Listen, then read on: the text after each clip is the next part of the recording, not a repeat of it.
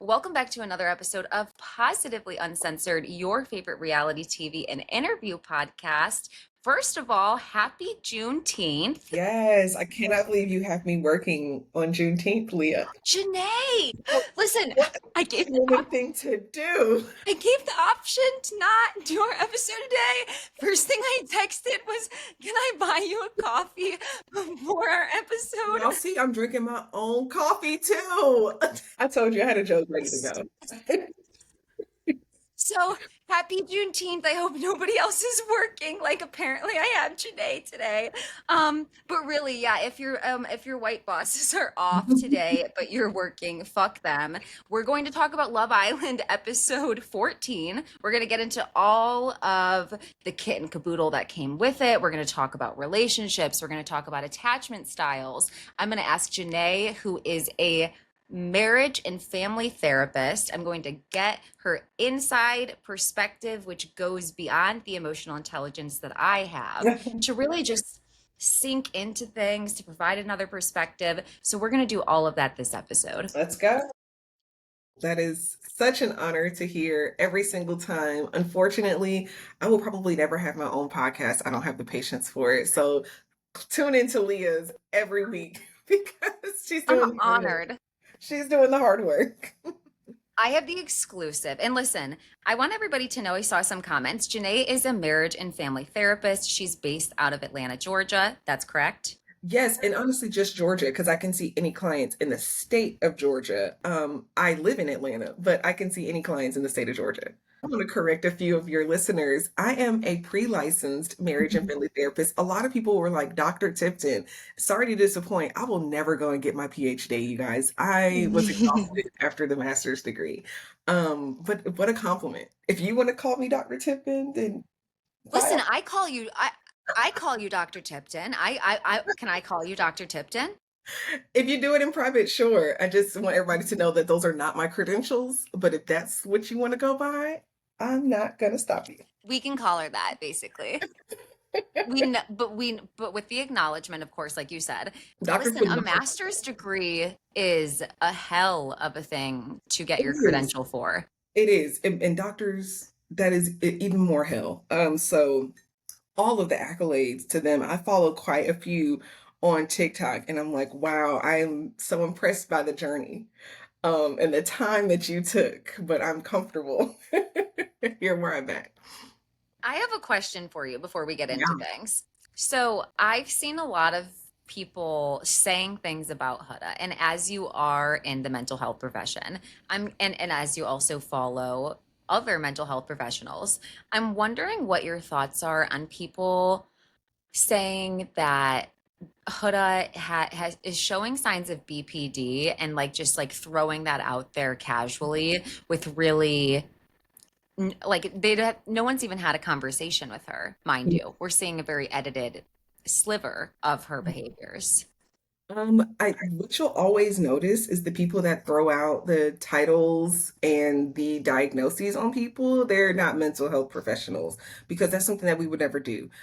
Even through all of our conversations, every podcast that we've done, I always like to mention that based on the editing, this is what I see. These are the assumptions that I can make that might have some characteristics of this particular diagnosis, but it's never a definite. It's never, I have not had a conversation with her.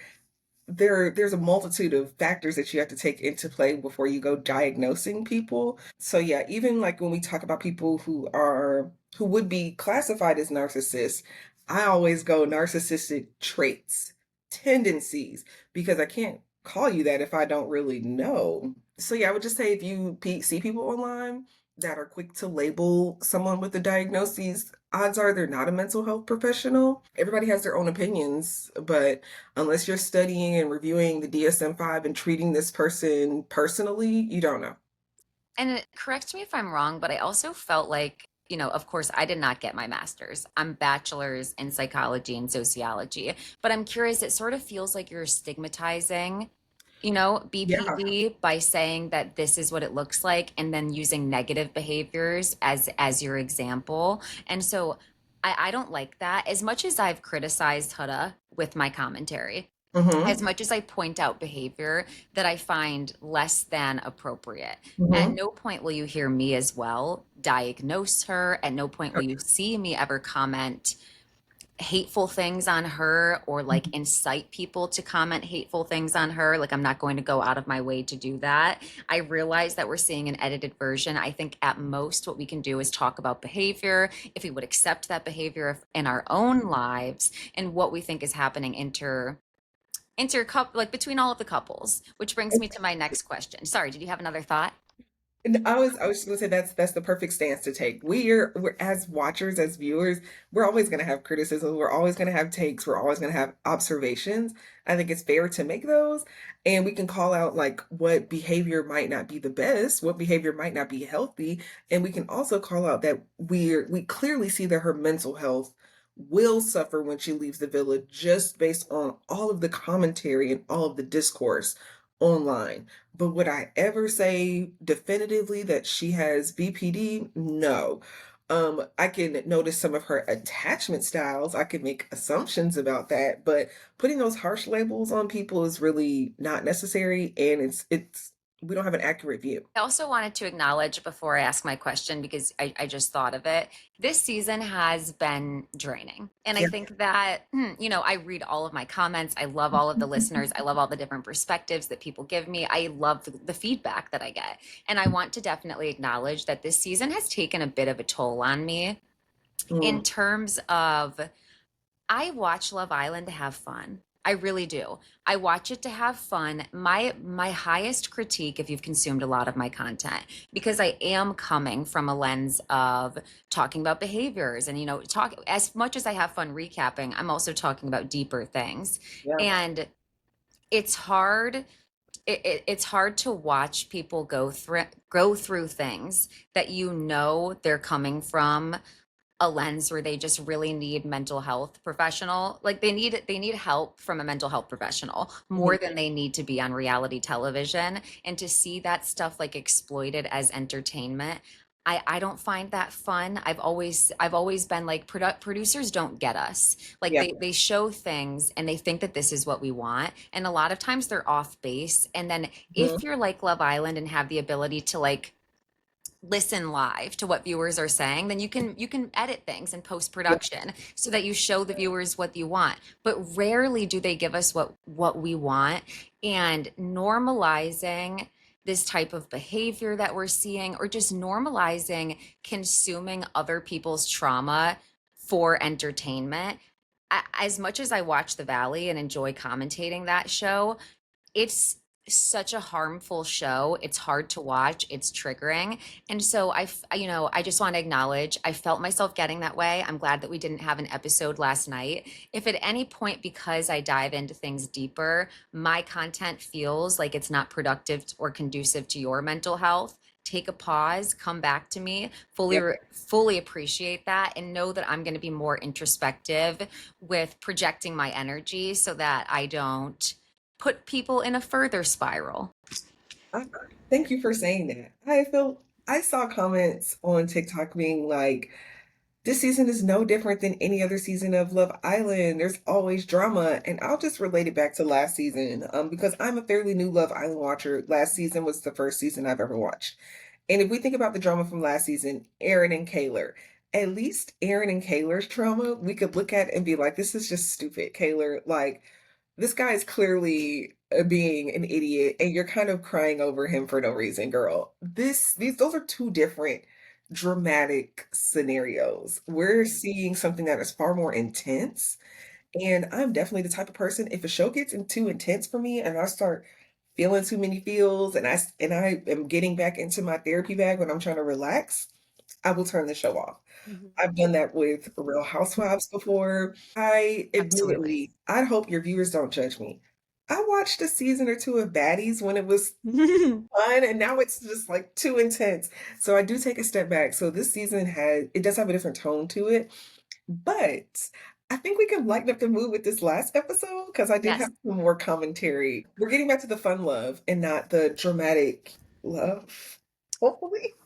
Yeah, we're seeing some separation. That's what I wanted. Like I Mm-hmm. wanted some separation between the two of them so that here's the thing, what was most draining to me is talking about one couple who had clearly the most going on. I would Hmm. much rather get to know all of the other couples individually and have equal screen time and Yes. like get a feel for like I heard allegedly Casa, what's today? Is today Thursday? Yeah. Casa allegedly starts Monday. Who the fuck are we rooting for? I think I've heard mixed. I've heard a different timeline for Casa. Okay, what have you heard? I heard Casa starts like 2 Mondays from now. Okay.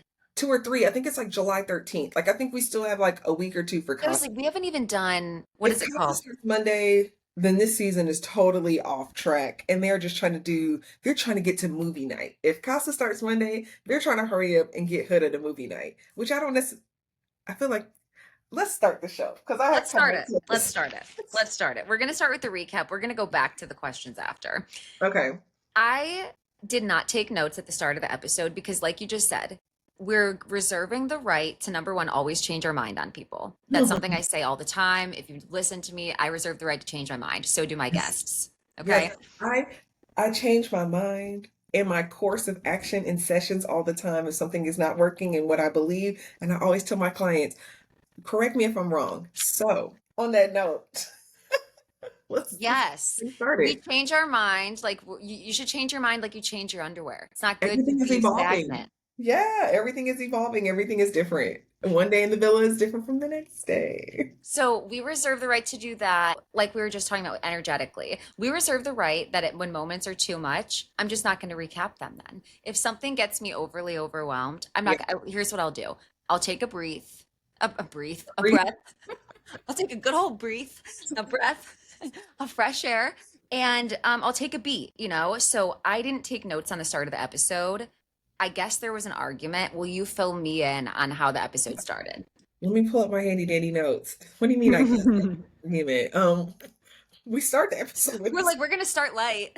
We start the episode with the same argument they left us on. Okay. before. Um, one of the notes that I wrote, like towards the end of Monday's episode, was Jeremiah is giving off the air that he doesn't care because he's seeing her for who she is. And that is like one of the last notes that I wrote on Mondays.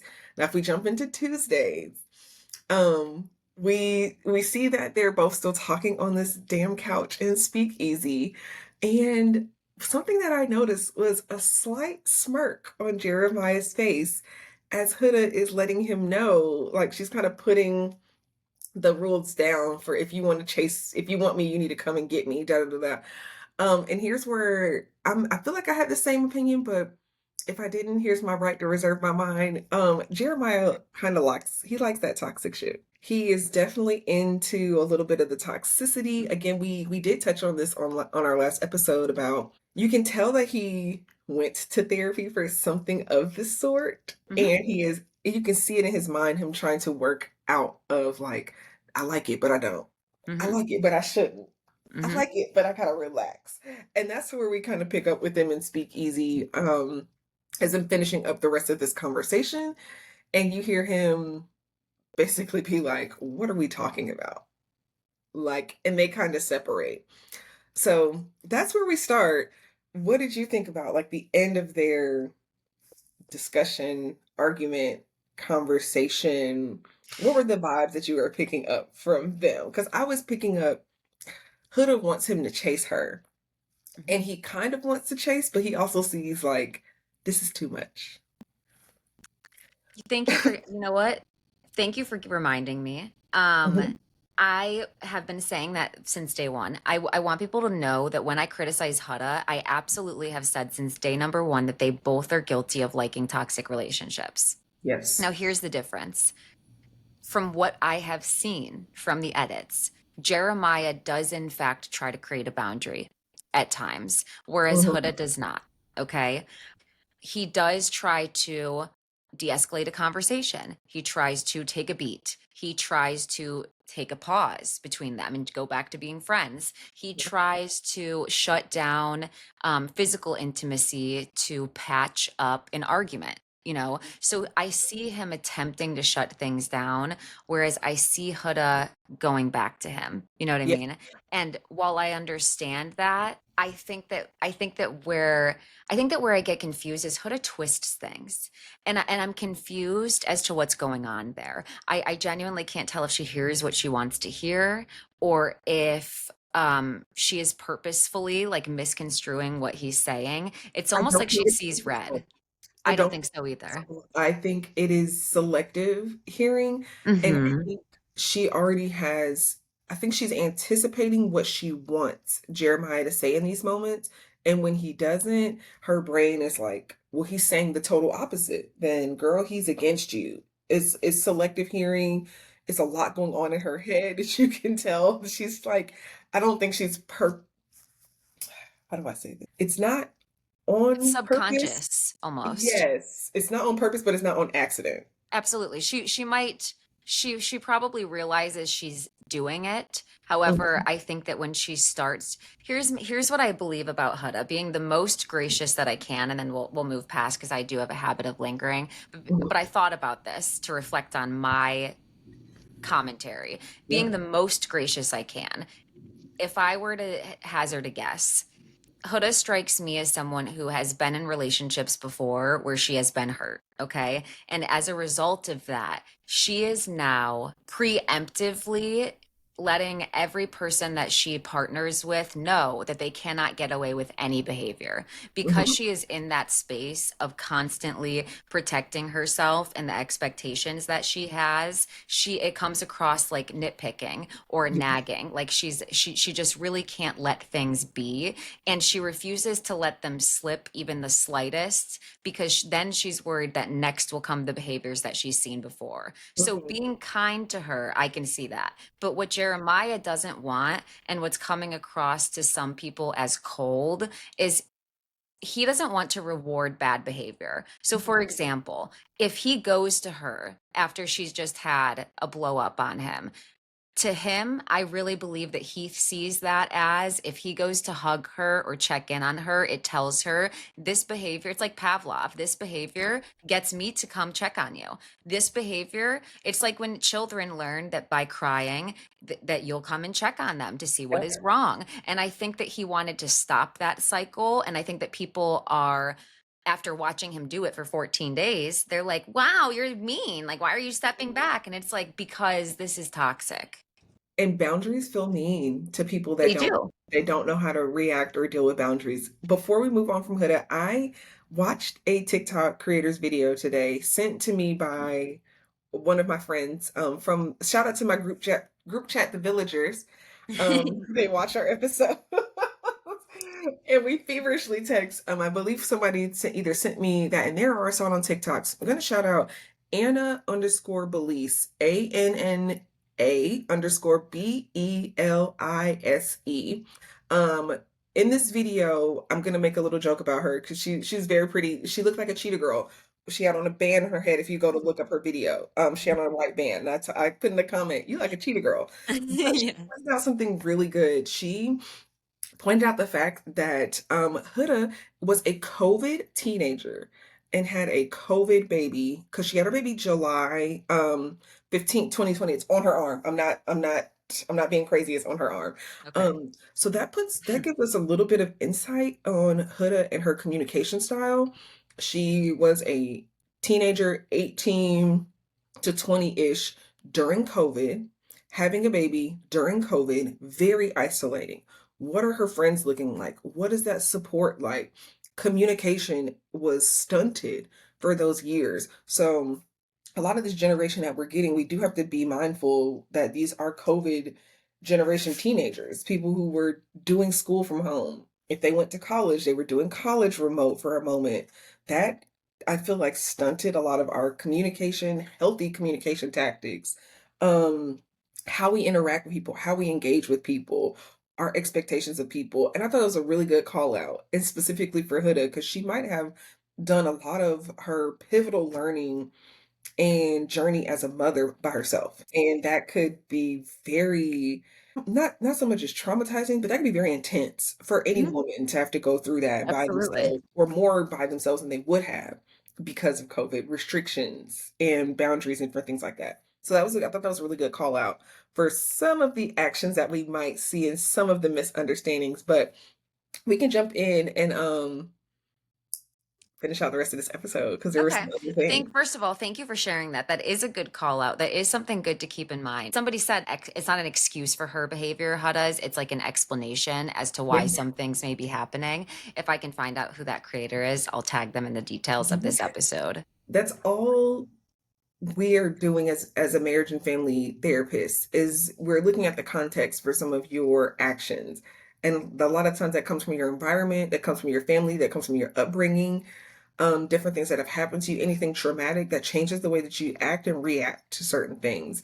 So that's kind of how I try to see any of the people on reality television. But again, we can move past this argument Yes. because we have other Yes. things to discuss. Okay. Moving along. My next note I have, I'm assuming this is after the argument. Huda sleeps alone and Iris, and I think one of the things that she was talking about is that Jeremiah didn't sleep outside in Soul Where Ties. are we going? Are y'all going to sleep with Ace? Where's Because he supposed to go? Ace is already in It, Soul there, Ties. I think she, I think she may have wanted that kind of moment from last season where somebody slept in Soul Ties and somebody else slept on one of the other beds, hmm out in the area. But no, Yeah, I think it girl. was like Kayla or something. Yes, yes, she slept outside somewhere else outside of Soul Ties. But no, what's he supposed to do? Exactly. And he says that. And that was like at the basis around their argument too. He said like why should I sleep outside for a recoupling I didn't ask for? And I don't know if this is the night that he sprayed cologne on the bed. I missed that moment. A lot of people are like really maximizing that moment. Missed that, and Me I too. need to go back and look at that because I saw people commenting on it. I was like, cologne on a bed. Where did we see that? Did I miss that? So I have no comments on that because I Yeah. don't remember seeing that, but I could just go back and look. Yeah, same. And for what I will say though is that to me feels like a very small moment to make such a big deal out of. We have no idea if she asked him to do that. We have no idea Mhm. if he was thinking like, okay, I'm not gonna be able to sleep in bed with Huda. Like that's not the Mhm. rules of this game. So at least I can give her something that smells like me. It felt Yeah. very like I remember in like, high school you would ask a guy for a sweatshirt that smells like him. So that's what that reminded me of Mhm. personally. So he's sleeping again with Iris. Their backs are to each other. Huda's by herself. She covers herself to cry, and then she ultimately leaves in the middle of the night.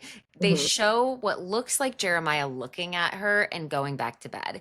I feel like I don't know if that really happens. I feel like they're doing him dirty. I feel like they're doing him so dirty. Did you know that Black women in New Jersey are 7 to 8 times more likely to die from pregnancy related causes than white women? Wealth is not a protective factor. In fact, wealthy Black women are still more susceptible to maternal death than their white peers. The Perinatal Health Equity Initiative is fighting to change that through education, advocacy, and support. You can help by visiting their website today at https://givebutter.com/HCOFR5 to learn more and donate. A portion of the proceeds from all positively uncensored content and merch also supports their work. Let's stand together for Black mothers and families. Do so by visiting the link in the description below.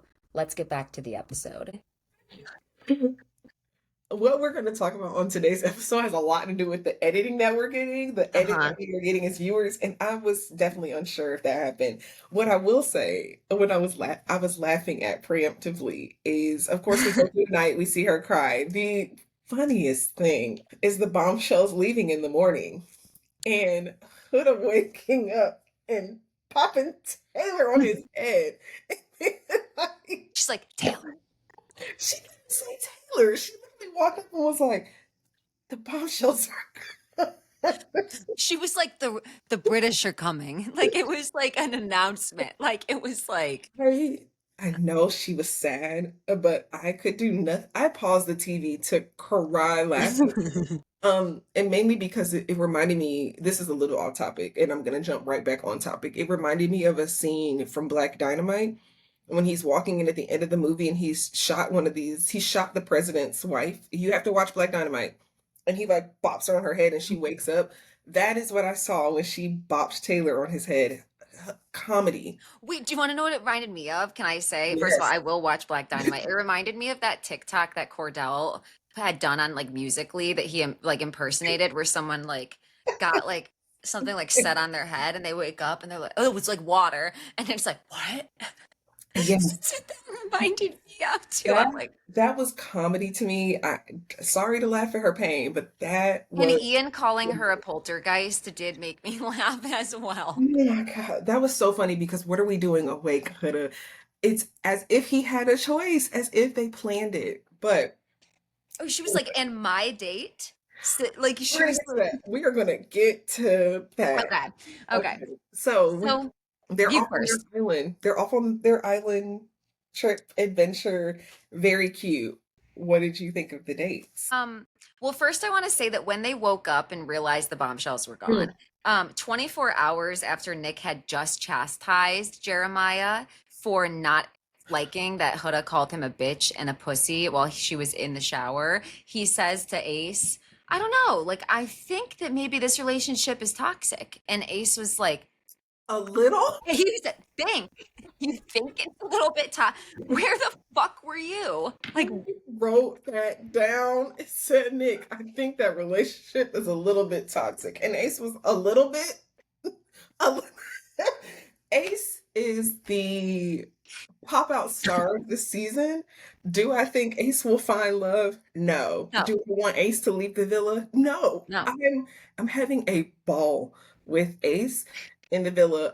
But I did have to ask when Nick asked that question in my notes, I was like, again, what is Nick's stance? Because this is like the third time in 24 hours that Nick has given me totally different energy about how he feels about Jeremiah and how he feels about Huda. I'm kind of thrown off. But that moment was I think TV. we finally see Nick's stance at the end of the episode, which we'll get into.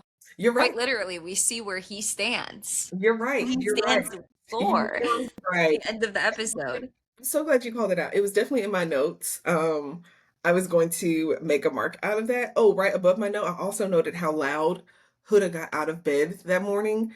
Um, it was, you could tell she like threw that Through blanket off that duvet. over, and she noticed they weren't there, and that's when she bopped Taylor on his head. But The yeah, thank you. first thing she did, being looking at Jeremiah's bed, was insane. That was a little creepy, and there was no editing that could have told us that that wasn't what it was. That was creepy, but yes. But back to Nick. Thank you for calling that out. I immediately paused the television and transcribed that into my notes with Mhm. a couple of laughing emojis because Ace's reaction being like a little bit. And it's like now you're exhausted. Like Uh-huh. 24 hours ago, you were encouraging him to stay in the relationship. So Uh-huh. bombshells are gone. You asked me what I thought about their date. I thought that, like at first, I'm not gonna lie, I wrote down and Alandria is walking question mark. Like I didn't know what her date was at first. Mhm. Granted, a walk on the beach is adorable anyways, but But we the saw the other, other ones doing activities. yeah. And I was like, but then we got the massage, and I'm Yes. like, what a view for Jaylen, respectfully. What a view for us as viewers, We don't respect. deserve it. I watched one episode with my boyfriend, and when he saw Alandria, he was like, "Oh, these guys are playing. Why are they here?" This was not the episode where her laying on that beach. So I'm laying on the beach for the massage. I have to show him like, what are they doing? She looked fantastic, and not even in like a Derogatory way. over-sexualized way. No, Alandria is beautiful. Stunning. However, I get what she's saying about Jaylen. Jaylen's conversation is a little stale-ish. I don't see him asking deepening questions of her. Hmm. And it's the same feeling that I had about her and Taylor when her and Taylor hooked up at first. The one thought that I had, and I wrote in my notes, I hope they don't country it the fuck up because I just don't. Y'all don't only need to relate on the fact that y'all are country, and I Hmm. feel like that's all Jaylen and Alandria have done. It's cute. I Hmm. like Jaylen. I think Jaylen is attractive. That is like typical Southern Sparta, Georgia. He's like South for me. Like that. I thought Jaylen was good looking, but I can tell that this is his, of course, first time out of the country, first time on camera, first time in this type of experience.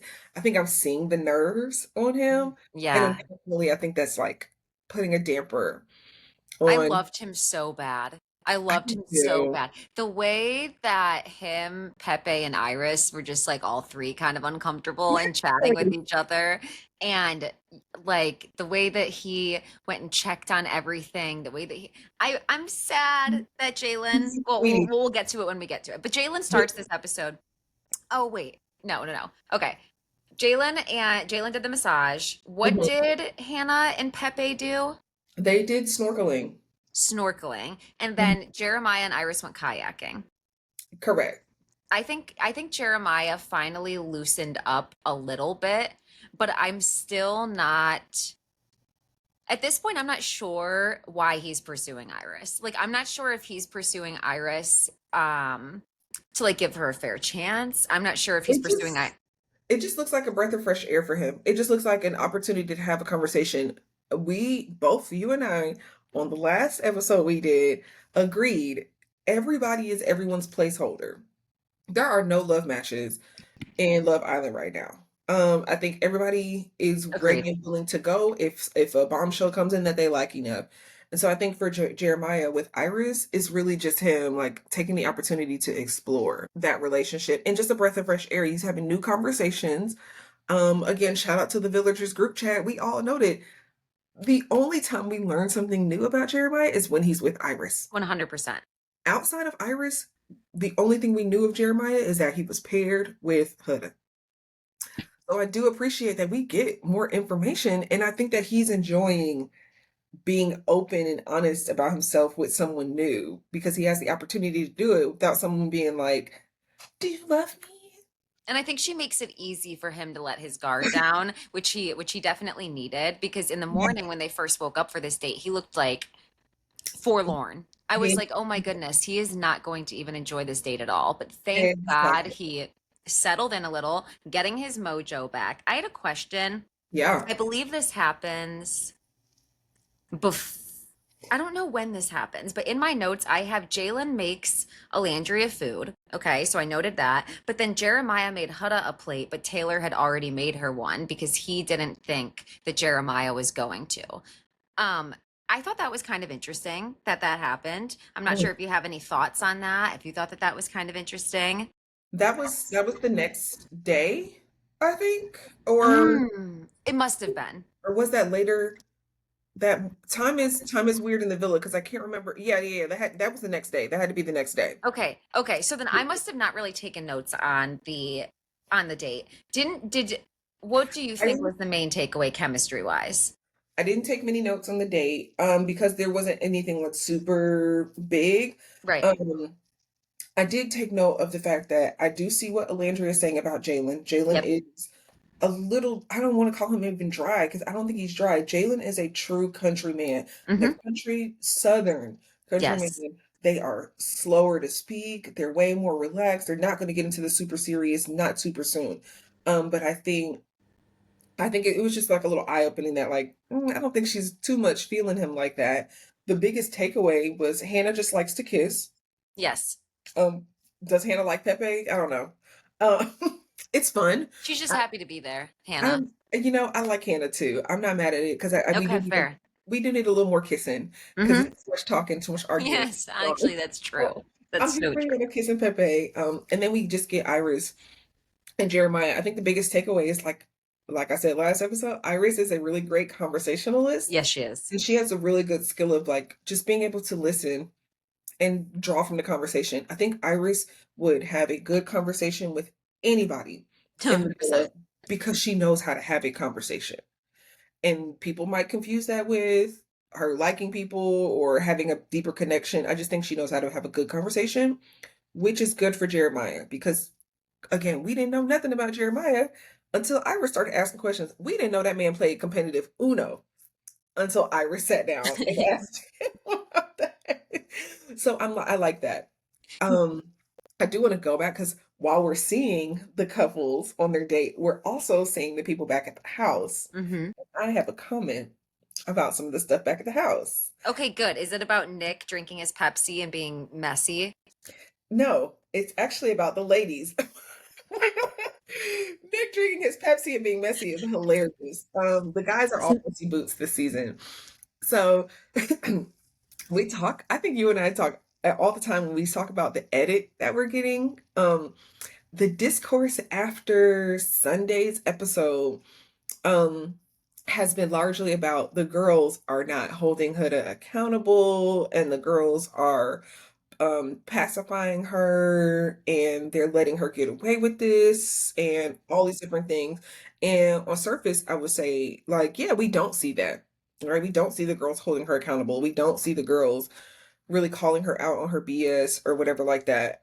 I noted though, again, the producers are likely watching all this internet discourse, because the same way on our last episode, how I noted how somebody else on TikTok noted that we weren't getting Jeremiah's confessionals, and now all of a sudden we're Oh my getting God, I know. Jeremiah's confessionals.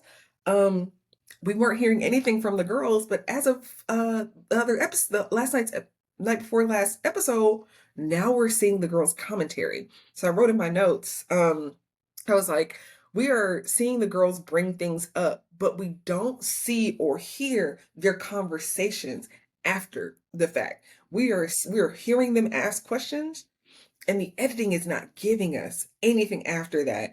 I think there's a scene where one of the girls, they're getting ready while the bombshells are out on a date, and we see the girls, I did not write down the question, but they're asking like, well, what do you guys think about like the whole Huda situation, like, or Huda, how are you feeling? Or they addressed something Oh, was about Alandria asking her, so what are your non-negotiables? Was that it was that? no, that was a later, that was in the evening. Okay. This is the That was a great morning. question. That was a great question that I wrote a note about that. There was, in the morning, the girls that were left were they were having some type of conversation, and I want to say it was either Hannah or no, Hannah was gone. Somebody asked. I wish I would have wrote it in my I'm notes. gonna have to go back to it. You know what? Put in the comments. Like write it right in, put in the comments if you're Yes. listening to this, help us. Help us. But it was in the morning towards the beginning. We see one of the girls ask a question about Jeremiah and Huda, and the camera cuts and goes straight to the guys having showing the guys have a full conversation. So where I want to say like the girls are not speaking up and holding her accountable, again, I think that we are getting a really shit edit of the girls, because I'm seeing them ask questions and we're not getting the version of them answering their own questions. We're not seeing these deeper conversations. And once we talk more about the next day, then I'll get into some of the other conversations that I see some of the girls having that I That's a think is good being point. edited out. I Mm, just don't think we're seeing that. that's a really good point and thought, because also just looking at body language, I'm a huge person on communication. You can't read people's mind, but I'm also huge on, like, honestly, context clues, reading the Mhm. room. And the thing is even watching the girls' faces during Yes. conversations, you can tell that they have a Yes. look on their face. And I so totally agree. I would be in disbelief for Huda to not notice that and ask about it. Nobody, but I mean, like, nobody's calling her out. Come on now. I don't, we'll get into it because I have more notes. But I just wanted to So, call it out that sometime in that morning after the other group got up, someone asked a question, and the camera showed that question and cut that shit immediately to the guys having mm, a conversation. So we missed that. But yeah, anyways. that's a So good catch. That's a really good catch. Okay, I'm gonna go back as well and try to find that moment. Um, this is the next day, okay? no, Because we talked about how Jeremiah made Huda a plate. Taylor already did. Nick is but hold, I'm oh wait, sorry. no, this is the same day. This is when they're It's the same. We have talked about them coming back from their date, because when they come back from their date, I have a note on something that happened, and it doesn't have anything to do with Jeremiah or Huda, because there's like a half morning, but then there is the second day that we get when they all wake up the next day. It was a lot going on. okay, yes. Okay, let's get into it. You're right. We want to talk about what's going on while they're gone, Mm-hmm. and then we want to talk about what happens when they get back from their date. Yes. Okay, so while they're gone, we see everybody have a little conversation. We do see the conversation with Nick and Ace, because that is what is happening while the other group is gone on the date. My question that I have, again, this episode was more eye-opening about the things that we're not seeing. Mm. Soon as the bombshells get back from their dates, Alandria jumps into Taylor's arms. What the fuck is going on? When she jumped into that man's arms and he caught her and they kissed and she said, I missed you. My note says we have to be missing something about Alandria and Taylor. Yes, We have to be. absolutely. And I think we're missing it Hmm. because producers are spending a lot of time on the edit for Huda and Jeremiah. I get it. That's Hmm. taking up a lot of energy. But that jump and that kiss and that I Hmm. miss you, I was Hmm. like, we have missed a lot. And it's starting to feel like Serena and Cordell. Because all of a sudden Serena and Cordell, it looked like to viewers, all of a sudden they liked each other and they had this really deep connection because a lot of the drama was on Aaron and Kaylor. So, question, do you think that they took that moment where Taylor said that he's not physically attracted to Alandria out of context? Excuse me. I don't think they took that out of context. I think he said what he said, and I think he meant what he said.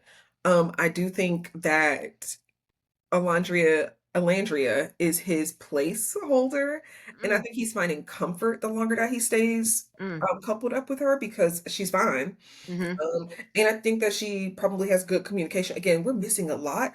I don't think what he said She's was Alandria's Connor. I'm sorry, he's Alandria's Connor. Like, you know what I mean? yes, And yes. someone's better coming in, like Kenny. Yes, but I can tell we're at least missing some of their conversations that they're having because they have to be 100%. having some type of deepening conversations. I don't think that they're super deep. I do think that Alandria is missing things with Taylor. I think that she's not as cognizant, but again, it's because nobody else has come. Jaylen Absolutely. came, but Jaylen wasn't ever going to be the type of guy to come in and go 100% and blow her socks off. And he was too similar to Taylor. They're like, do you want this country guy or this country guy? They're not similar. Leah, But they're do you not. know what I mean? Do you know Yeah, what I mean? I do. In terms I of get their like okay, send in like what was that one guy? Not Nate. Like Nate with the short hair from The Bachelor who had an earring on one side. He was yeah, so hot. Not problematic, okay? Like a good guy, but like yeah. send in, I don't know, just like a different, completely different energy. Correct, correct. Just Because to see. Jaylen is a super slow burn. And again, that is all in the countryness of him, which I get. So Yes. Jaylen was never gonna take her away from Taylor unless he was really coming in on like on his doing his big one. Big one. And he didn't, unfortunately. But I can tell we're missing some context between Alandria and Taylor because the scenes that we've gotten of them would never make me jump into that man's arms. So we're missing something. So the whole episode, I kept thinking, we're missing something. Editing that we are getting, we're missing things. We're missing conversations from the girls, holding Huda accountable. We're missing Alandria and Taylor's connection because I still don't think Taylor's a real connection. And we're missed on that episode. We missed um Shelly and Ace having any deepening conversations because and I think that was on purpose because at the end they wanted to Just a like surprise, bring shock. us in. Yeah. But Hmm. but this episode, if anything, it just made me realize like we're missing a lot. Editing Agreed. editing is struggling between the drama and relationships. I hated how when they came back from the trip, okay? Now, correct me if I'm wrong. You're saying that while they're gone, and is this not when Huda is working out and they talk about her? Isn't it when the bombshells are gone? Because I thought it happened while everybody was out of the house. Now, I may be incorrect. Um Unfortunately, Mm-hmm. you are No, incorrect good. I want to know if I'm wrong. because she's working out when Jeremiah comes over to her and it's like, "Hey, you good?" And she was like, "Yep, Okay. I'm good." And what does she do then while he's gone? Correct. Will you fill in that blank for me then? What was she I doing? I don't have a whole lot of notes. And I Interesting. think that they were all like they did try to briefly speak with her, Hmm. and we see her being upset. Did she talk? That's when she spoke to Nick. I think that's when she had a conversation with Nick and with Ace. No, no, no, no, no. Ace was the day before. I think she had another conversation with Nick while they Okay. were gone. Okay. Okay. I can't believe, I'm sorry, everybody, that you're seeing me real life crash out. Both of Sometimes, us. you know what it is though? It's really not like our fault. It is the choppy edit that makes this show so hard to Mhm. find these fragmented And moments and Tuesday's piece episode them. was very choppy, and it was mainly choppy because we're trying to remember who all left the house, who stayed there. There was breakfast cooked at one point, and then people were here. Did they come back in the morning? No, they came back in the evening. So there's a lot. Mhm. There's a lot that we are skipping over, but I don't think it was any. It was nothing important because I didn't write it Okay. down. Okay, What was good. important was when they all get back, and Jeremiah eventually pulls her for a chat. I hated when they got back that first of all, um, so Huda is like very male centered, and because of that, Jeremiah is the center of her world right now. Mhm. And yes, people say all the time this is Love Island, not Friendship Island, but you're still supposed to have friendships on the side. That just means that in between your connection, you're supposed to find love and not just another friend. So the Mhm. thing is that Huda should have been very happy for Alandria coming back from her date and getting to Mhm. be taken out of the villa. We see Shelly so happy for her. And it's Mhm. like Huda's first response was, I don't give a fuck. I don't give a fuck. I don't Yeah. care. Even some of the other girls. So okay. So what happens first? I have notes on this. What happens first is Jeremiah pulls her aside and he's laying down his boundaries for her.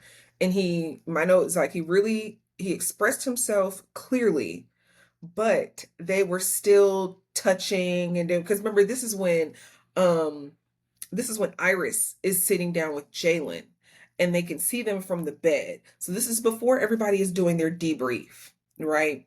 And Jeremiah is just like, hey, I think we skipped the best friend part. Mhm. I think we should dial it back. We were too intimate too fast. And I think we just need to go back to square one. How I perceive that situation is Jeremiah took the time to reflect upon his actions and how they got to where they're at. And he's basically letting her know, like, we both made mistakes. I made a mistake. You and I, we both made a mistake. And I think to get us back on track, let's just start from the beginning. And Huda thinks that he is saying, let's start back to rebuild. And I think Jeremiah is saying, let's start back to see if we can, if we even get to this point. Huda perceives that as let's start back to rebuild. Let's start back and we'll work our way back up to this. And that's why she's like, I don't want to not kiss you. I can't go back to that because she thinks it's going back to get them to where they are now. And Jeremiah is like, let's go back and just see where that takes us. She's not an active listener. Like that's what No. this conversation tells me. She's not an active listener. And she's not Um, seeking clarity from what Jeremiah is trying to say. We see Jeremiah trying to get clarity from her, and we don't see her seeking that clarity from him. She's seeking connection with him. She's seeking a way to get closer. We see that the minute they sit down, she puts her feet on him. In fact, Mhm. while Iris is sitting there and watching with Jaylen, I have it written down. She says, okay, well, then you guys can go be fucking crazy together. And that's Yes, the first profanity we heard out of Iris. So she meant that yes, shit. You guys can go be fucking crazy together then. yes, because Iris calls out, oh, they're having a conversation, or I think Hmm. Jayden might have said, oh, they're having a conversation, and Iris goes, yeah, but they're still touching. So what are Hmm. they really having a Hmm. conversation about? They're still like on top of each other and cuddling during this conversation. Now, here's where Huda makes me crazy. My thing is, I don't think she's even trying to listen to Jeremiah, like at No. all. Because, like, what he was saying was, I'm still into you. I want to make this work, okay? But not like this. I think Mhm. we should take a step, go back to square one, and build things up healthy rather than continue at the rate that we're going. Mhm. And it almost feels like it would be an excuse to be like if I were to say about her like what she heard of that is like I think she's like actively choosing to hear what he says and, Yep. and take away another thing at this point in the conversation. Now I talked earlier about how I don't always think that she's subconsciously doing it. Mhm. During this conversation, it's really like you're listening. Somebody said this. You're listening to misunderstand. Didn't Nick say that about her or something? Yes, she's listening, but that's not what she wants to hear. Yes. So if she's Yes. not hearing what she wants to hear, again, what she wants for Jeremiah is for Jeremiah to chase her Hmm. and say, I'm so sorry. I love you. You're the only one I want to be with. Maybe not I love you, but you're the only one I want to be with. And this was a mistake. And we'll be back together. That's what she wants to hear. But instead, Jeremiah's like, I'm a little clear headed. And I think we need to back it on up. And then what happens was it took a left because she says, Hmm. "This is not going to make me like you." And he said, "Bro, I'm not trying to make you like me. I'm trying to like have a healthy relationship." And at Yes. that moment, red. She What she said, heard was, I don't care if you like me. That's what she heard. "Is that not fair though? Take it or leave it at this point." What I applauded Jeremiah in my notes Me because too. he was clear and he was expressive on what he Mhm. needed and what he wanted. Mhm. I have seen a lot of edits over the past couple days that are either saying Jeremiah love bombed her or they're saying Jeremiah didn't love bomb her, he just liked her. And I think there is a medium. I think he did love bomb and I think he did it subconsciously, but I also think he liked her consciously. I think Huda liked him consciously and was down to go slow at the beginning.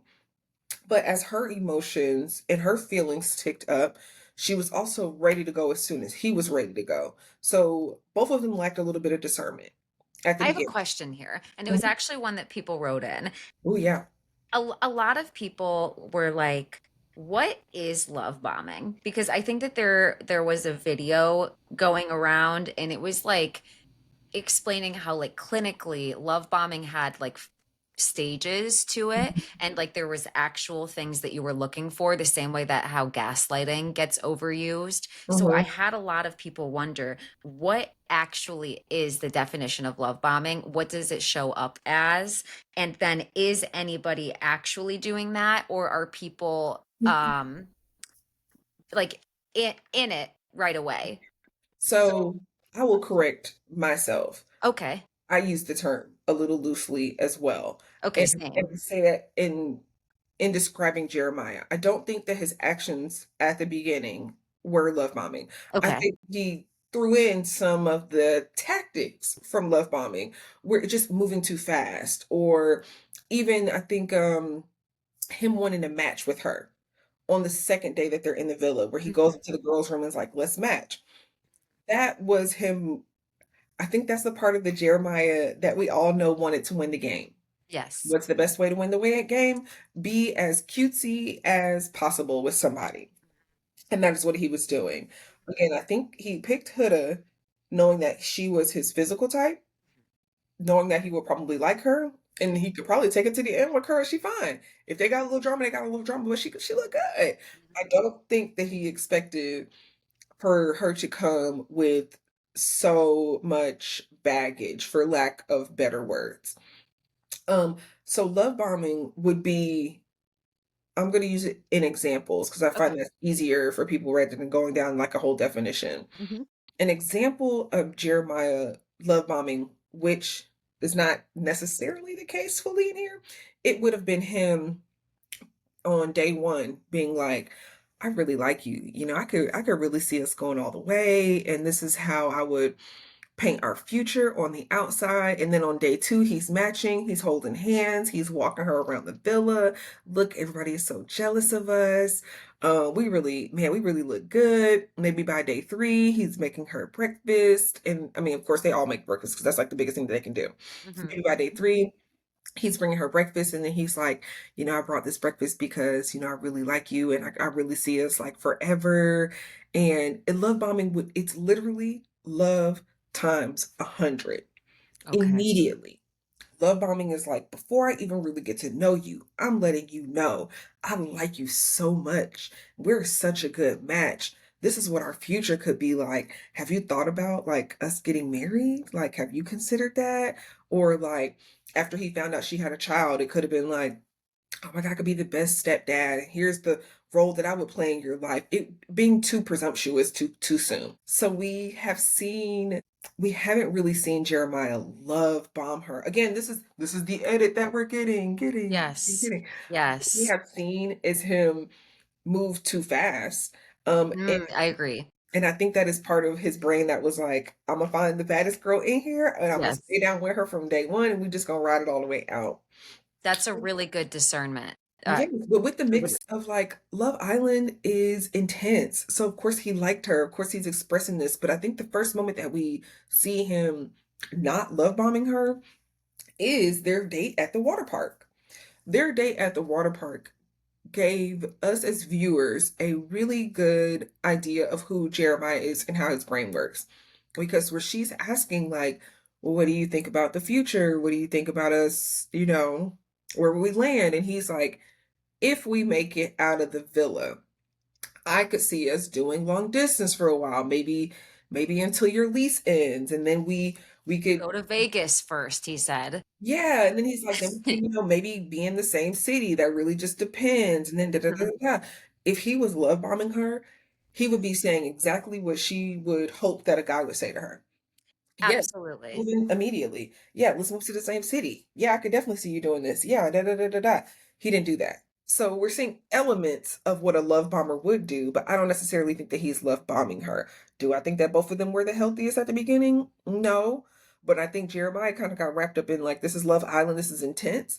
And I think Huda was open to taking it a little bit slower. Jeremiah initiated some physical, which if she's already showing elements of an anxious attachment style, that's just going to shoot her way past the moon and the stars. And that's what I happened. think that's a good thing to point out the difference between like love bombing and somebody who like moves fast pace. Because yeah, I don't think that Jeremiah was love bombing. If you want me to be honest, based off of like my understanding of love bombing, if okay, so what my understanding is that you over give to someone right off the bat, reassure them, validate them, gift give, make their life easier, and then all of a sudden you intentionally remove that. Like Yes, all of a sudden you intentionally pull the rug out from underneath them and take that yes. away. That is the And difference between love bombing and like moving a little bit faster. Because somebody who's moving a little bit faster but actually likes you and is gaining knowledge about you will be like consistent on that. And I think we see that with Jeremiah. Jeremiah is not innocent. I'm gonna say this every single episode. He's not same, innocent. agreed. But we see, at least with this recent conversation with them sitting, having the talk about him wanting to dial it back, we see him being like, I don't think I made the right decision on how fast we moved. I think it would be great for us to take it back because we kind of missed that best friend step. A love bomber is gonna keep that thing going until they're ready to just snatch it right from Until the underneath. wheels fall off. They're Yes. going to the They'll just end. they'll take the wheels off. A love Hmm. bomber is gonna take the wheels off. They're gonna be Yes. like, I'm ready to not roll You anymore. know what? This car has no brakes. I hope you don't mind. Yes, it's Yes. like that. So I feel like he was courting her. I feel like he was pursuing her. I feel like he was making it known that he was interested in her. I think Um I agree. y- With the thought in the back of his mind that if I court and if I do this, this could get us to the end. and I believe that every single man there has that same thought. Every single person Every standing there. like every single person there right now. Duh, that's why nobody has a match. They're Right. all just they're matched up with each r- other, but Right. nobody is really like, I intentionally and purposefully am picking you. I told the villagers group chat we need about 4 bombshells to come in right now. 2 women, 2 men, or 1 woman, 3 men. I would prefer more men, but we need a decent amount of bombshells to really shake the house up. It's not So just Jeremiah and Huda. I think we need to shake it up. Like the villa needs a shake up right now because nobody in the house is really paired and matched up with each other. I just think they're there because there's nobody else to choose from. And I think that nobody runs a race that they don't think that they can win, right? Okay. That's a fact. That nobody's getting into this and not wondering about how their life would change if they were to win at the end. It's part of the reason why people go on these shows. Like, if you've ever known someone who's applied to reality TV, the thought is always, this amount of money could change my life. This amount of thing could do this for me. Mhm. Nick is drinking his Pepsi and he asks if people think that their relationship could be fixed. I Mhm. know that we said that we don't think that this happened while they were gone, but I sort of think that It might have. it might have, because I'm like, at what point would they have asked this? You're so So right. It very, I might have. it You're might right. have. So You're we're right. gonna go there just before I turn the page. Like we don't really, none of us really know. Okay, you know, and we're all, it's blind leading the blind. We don't all know. We had the episode last night. It's not that fresh. We don't know. Okay, so anyways, he asks, can the relationship be fixed? Everybody gave their answer. Survey says everybody said no. Mm-hmm. Now, Huda is working out, okay? And she Mm-hmm. thinks that as they're sitting on that couch, that Nick, Sierra, Shelly, and Alandria are sitting there and admiring her.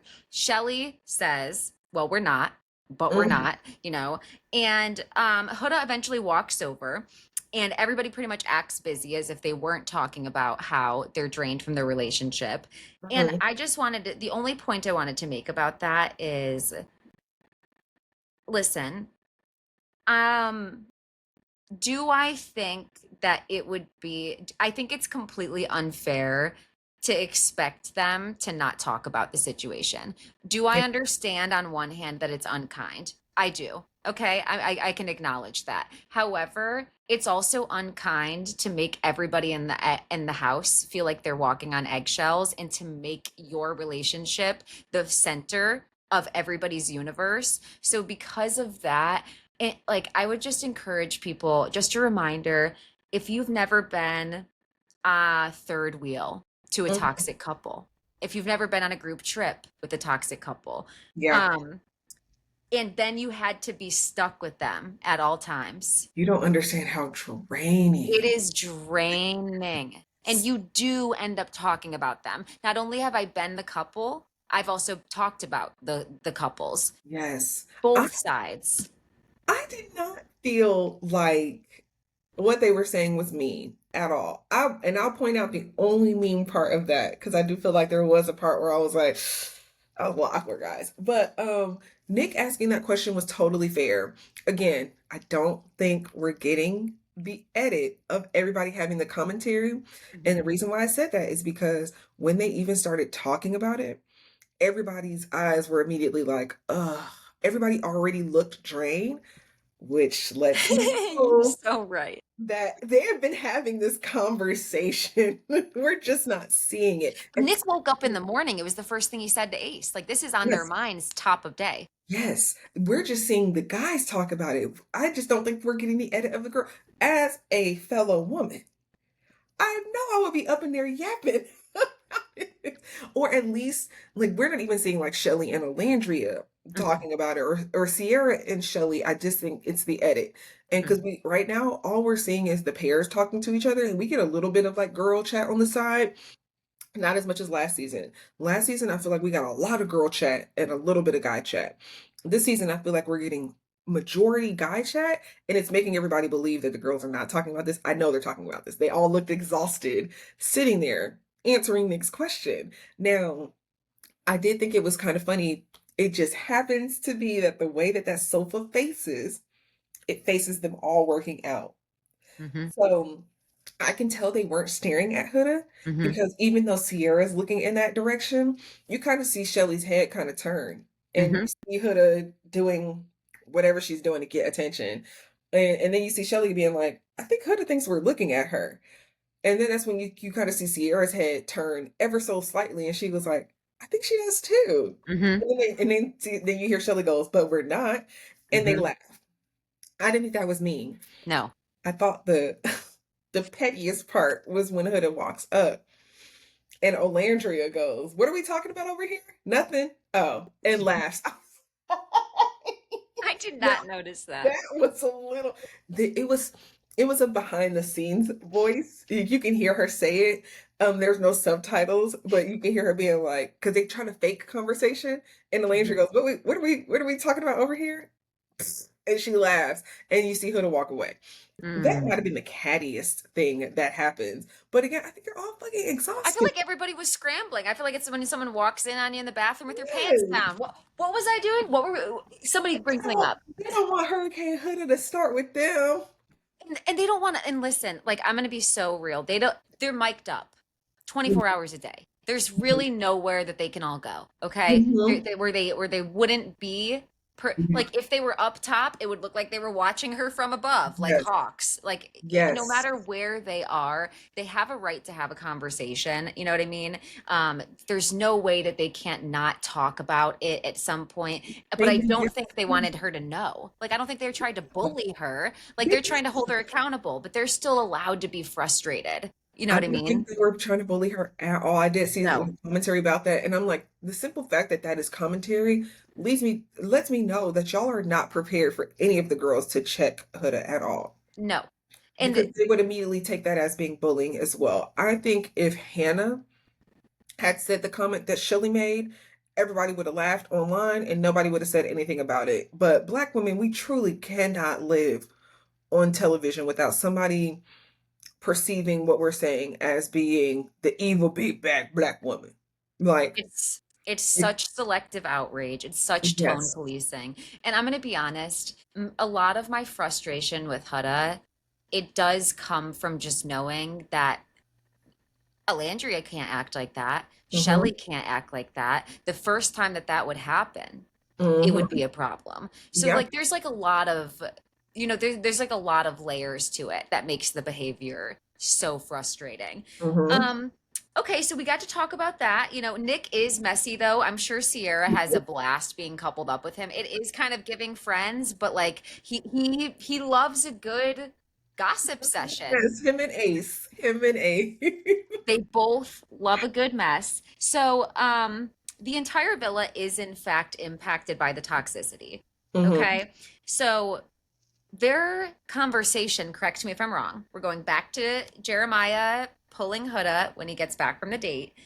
And she said, "This is not going to make me like you. I'm not trying to make me like you." This ended with her throwing the pillow, saying, "What the fuck? Fuck Mm-hmm. you." He's not trying to make, he doesn't Jeremiah, you just said that you don't want me to like you. And then she Yeah, walked off and called him a bitch. Is that correct? that's correct. Okay. And then at some Now, point we see the girls huddle and the guys huddle. okay. Now, Huda goes up to the group that just witnessed all of this. Mind you, they heard it because they're right Mm-hmm. there. And she goes, "I'm done. He's delusional." Now, I Mm-hmm. wrote down the various reactions. Hannah said that he's not worth the stress. Mm-hmm. Taylor got visibly drained immediately. Mm-hmm. Immediately drained. That's what he looked like. Oh, let me pause you right there. I'm gonna shout out another creator because they had a comment about this. Wildlin, Wildlin, all caps FR. Wildlin FR, hilarious. Commentary, fantastic. Recaps, one of my favorite TikTokers right now.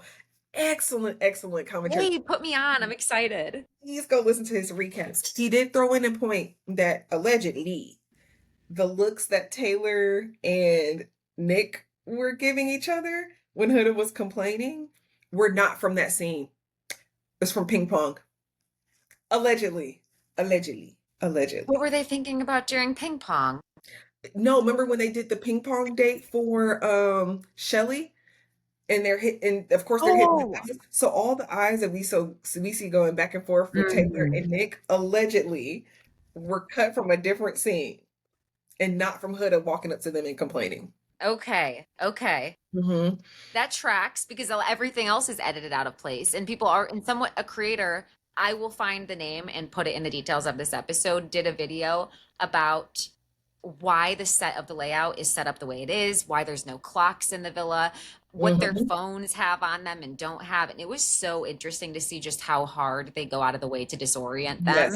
Yes, It's like Hunger Games, but reality television. It's such a exactly. controlled environment. Yes, I Um, just wanted to note that about the look that Ace and Nick were giving. Because I had questions about that too. I was like, there's no way that Huda is sitting right there and looking at them look back and forth because she would have caught that and she would have made a comment about it. But, anyways, yes, we see her walk up and complain. We see everybody get immediately exhausted. And then we also see people start to disperse because I think everybody is over it. Everybody fleed like roaches. Like it They was like, they got away from that so quick. now she said a couple of things I want to talk about. Hmm. A couple of quotes. Oh, you know what? I'm sorry. I'm gonna back you up. That did all happen before the Islanders got back from their trip. That's so funny. This did? Yes, her walking up to Ace and walking up to Nick and Taylor. Oh, it Yes, did. the workout stuff Okay. did happen because Okay. immediately after that, that is when she decided to go sit on that chair with her arms folded. Yes, I was wondering about that. We didn't hit that, but Not immediately yet. thought of the girl on the bed with the sunglasses. The like, You, Tiffany Pollard, girl, yes, thank you. What the fuck? the reality queen. Why did I never realize that that was her in No, all my days? that was the where the other girl was sitting down. Okay, no, we're not gonna get We're on. not gonna go into it, but like, Shout out to the HBSC, New York, Tiffany shout Pollard. out, yes, shout out to Flavor of Love. Shout out. Okay, going back, she says, fuck all the way out of my fucking vagina. That's one quote. Okay. Get the Mm-hmm. fuck out of my face. Get the fuck off my dick, bitch. It's so much. Listen, I'm the last person that tone polices women. I'm the last person that says like, "Oh, I think women should be this particular type of woman." You've heard me go up for Brittany Mm-hmm. because I think that she and Jasmine communicate differently than how Nia does, and they get roasted Mm-hmm. for it. This is not appropriate. You are quite literally discarding the respect that you have for your partner. You're degrading them. The Mm-hmm. fact that you think that that reaction is appropriate, mind you, I genuinely can't get past sometimes. This is filmed. This is filmed. I can't imagine what the arguments were like It behind the is scenes. so. I put in my notes all her cussing, as someone who has the mouth of her stepfather. That's a lot of cussing for me too, girl. Wow. I curse like a sailor, and that's a lot for me. Wow. It's a lot, and it's a lot because it is directed towards, It's not a fun cussing. no, it is directed towards a person that is like, this is a lot. This Mhm. is a lot. Um, yeah, that's all I had to say about that. It's just it's a lot. That's a good take on that. The last thing I wanted to say about when Huda went up to the girls and the group that was sitting there to talk about the conversation her and Jeremiah just had. Hmm. Her takeaway again, I'm not sure what listening style it is or what's really happening behind the scenes for Huda, but her takeaway, I think what was so jarring to me is Jeremiah acknowledged when she said, it's not easy for me to go from us having a physical relationship, we were intimate with each other, to now we're going to go back to being friends. I understand that. Huda, I understand that. Yeah. And he said, I'm not expecting to be buddy buddy right now. Like, I get that. I get that you're hurt right now and you need time. And it's like, I felt like he really did try to handle that conversation as maturely as he could. And I think that that's what people forget is so hard about therapy is actually putting it into practice That is the because hardest part. You can learn about stuff. You can get your psychoeducation all day, every day.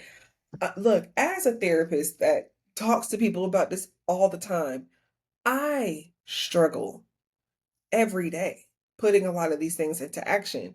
And it's largely because as you're learning about these things, you have to learn like what it looks like to implement these changes into your life in real time. So for instance, I have clients that I work on boundary work with. Like we're working on creating and crafting boundaries. One thing that I emphasize is as you create a boundary, you might have to create a few different types of consequences for the different types of people that will interact with that same boundary. So if your boundary is nobody, if someone disrespects you, you remove them from your life as respectfully as possible. Whatever that's your boundary is. No, nobody should. You don't allow anyone to disrespect you freely. That's what I'll say. That disrespect is going to look different in a corporate sense. So you're going to handle that different. You're going to handle that boundary differently in corporate versus how you handle the boundary with somebody brand new that's trying to talk to you out in public versus a friend disrespecting you. Those are same boundary, three different ways in which you will handle the consequences that you set for that boundary.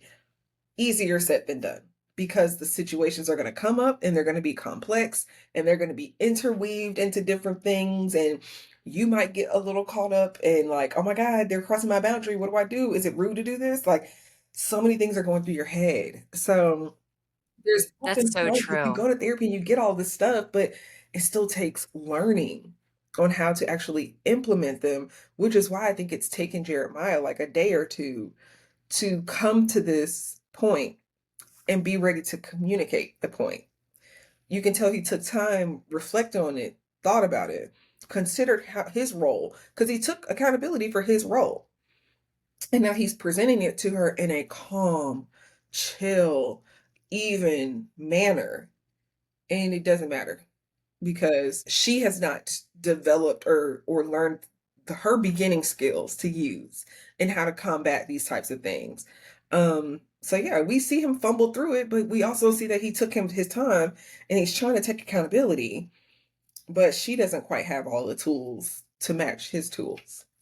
And it's like you can role play something with your therapist, but you still have Totally different. you can't remove the knowledge that you have in your mind that you're sitting in a safe space with Mhm. someone who your relationship is not actually going to be impacted by. And although they may be saying things to walk you through the various types of responses that you may get, when you actually have your perceived relationship on the line, or Mhm. when you have your job on the line, or so whatever that outside environmental factor is, Mhm. it makes it really hard to put your Yes. boundaries into place. When people say Now, that a therapy requires work outside of the therapeutic room, this is what this is.